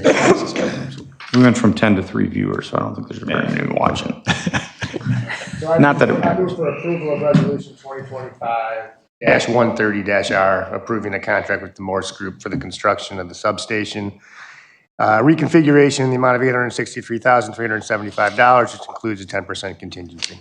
Second. Who's the second? Nancy. Okay. All those in favor? Aye. Opposed? Motion carries. And then we need to do 7.11, ordinance 2025-059, amending the City of Batavia Home Rule Municipal Retailers Occupation Tax and the Home Rule Municipal Service Occupation Tax. So this is a City of Batavia proposes a half a local sales tax increase to begin funding future police department facility, reducing reliance on long-term borrowing and interest rates. It aligns with the city's strategic priorities of fiscal responsibility and public safety infrastructure investment. The current facility has critical deficiencies in space code compliance and wellness, as documented on the 2024 space needs analysis. Revenue from the tax will be placed in a restrictive reserve fund, ensuring no impact on the general fund while keeping the Batavia sales tax rate competitive regionally. We learned, this does not affect groceries, wouldn't be part of the groceries or the sale of autos. Staff recommends approval of ordinance 2025-59 for this. So I move that we approve ordinance 2025-59, amending the City of Batavia Home Rule Municipal Retailers Occupation Tax and Home Rule Municipal Services Occupation Tax. Second. Okay, motion and second. Any other discussion on this one? I just want to say I was very glad that when we learned, I don't know how I didn't know this before, but last week that it did not include groceries, because I know that was a concern as we think about our residents, especially those in lower income brackets. So I feel better moving forward with this. Just real quick, because it seems like we might be going through this quickly. I just want to remind everybody, we did extensively talk about this already last week in terms of the impact and where it goes and the whole reasoning behind it. So just so everybody, the 3 people watching know that this was extensively discussed. This is something that we have talked about. Only 2. There's 9 now. At least on mine, it says 9. But regardless, I also would like to say that I'm glad that we have it a little bit easier to find on the website, the explanations of what it affects different households at, what it affects the different rates have, all the things that we raised this year, what exactly the reality is what it's going to cost somebody. Alice? Just wanted to comment. I've heard from several residents that had questions about this and were concerned, and wanted to thank the city for coming up with a nice visual, because I think it was hard for some people to really understand the impact that it had to them when we're raising utilities and taxes across the board during a hard time. So I don't want to say everything we said. I think that Alderperson Lancy did a great job at summarizing it at the last meeting, how we are all, this is not a decision we all take lightly, but we're at a time when it's necessary. So I just want to encourage the public to go to the website. I hope that we share this new visual that came out today on there that clearly helps explain each increase and why we did it. So. Just May, for anyone watching, for every dollar that is raised through the sales tax, we will be able to avoid roughly 50 cents or 45 cents in interest payments long term in bonding costs. So because bonding costs are so high right now, any money we're able to put away in cash reduces our costs for these large capital projects. So by putting money away, we're actually saving money in the long run.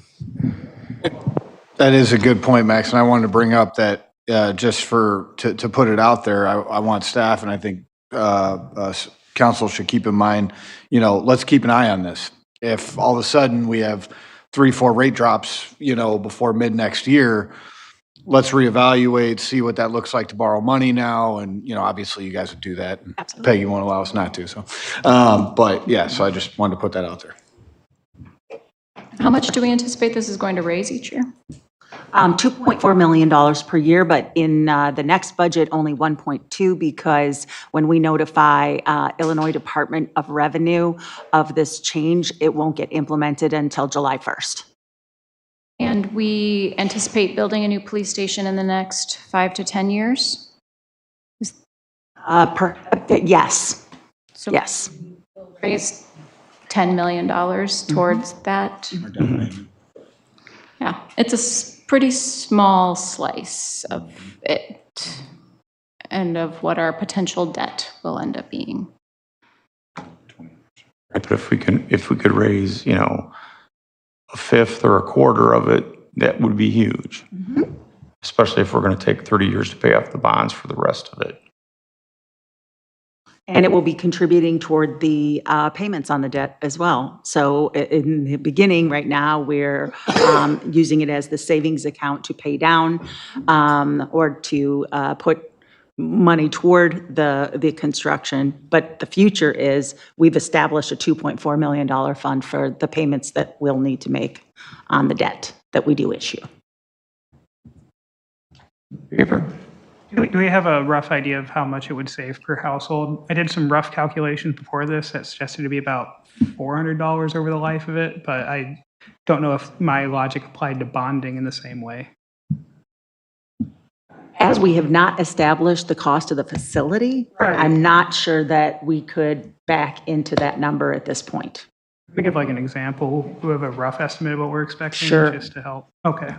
The other thing I would say to that is this is sales tax money. It's not property tax money. So it affects more than just our citizens. Or in another way, it affects our citizens less than if it was a property tax increase to fund that. For me, it's more of just to make it more appreciable on the individual level, not necessarily the here's your bill kind of thing. Right. Yeah. Okay. I don't remember if I got a motion. Yeah, You I did. did do a motion Motion. and somebody did a second. Okay, all those in favor? Aye. Opposed? Okay, that one is done. Item 12, or 7.12, the resolution on the IGA this with 2 Kane County, seconds. we'll push that off to the I next. can make this 2 seconds. We'll take the money. The county is giving us $20,000. This allows us to accept $20,000. So You guys moved. okay with getting permit? Okay, motion and second. Lancy Malone, all those in favor? Aye. Opposed? Okay, that's done. You got any updates? No. 33 seconds, good, we're done. Do we need to go into executive session? No. We do not. And I'm looking for a motion for adjournment.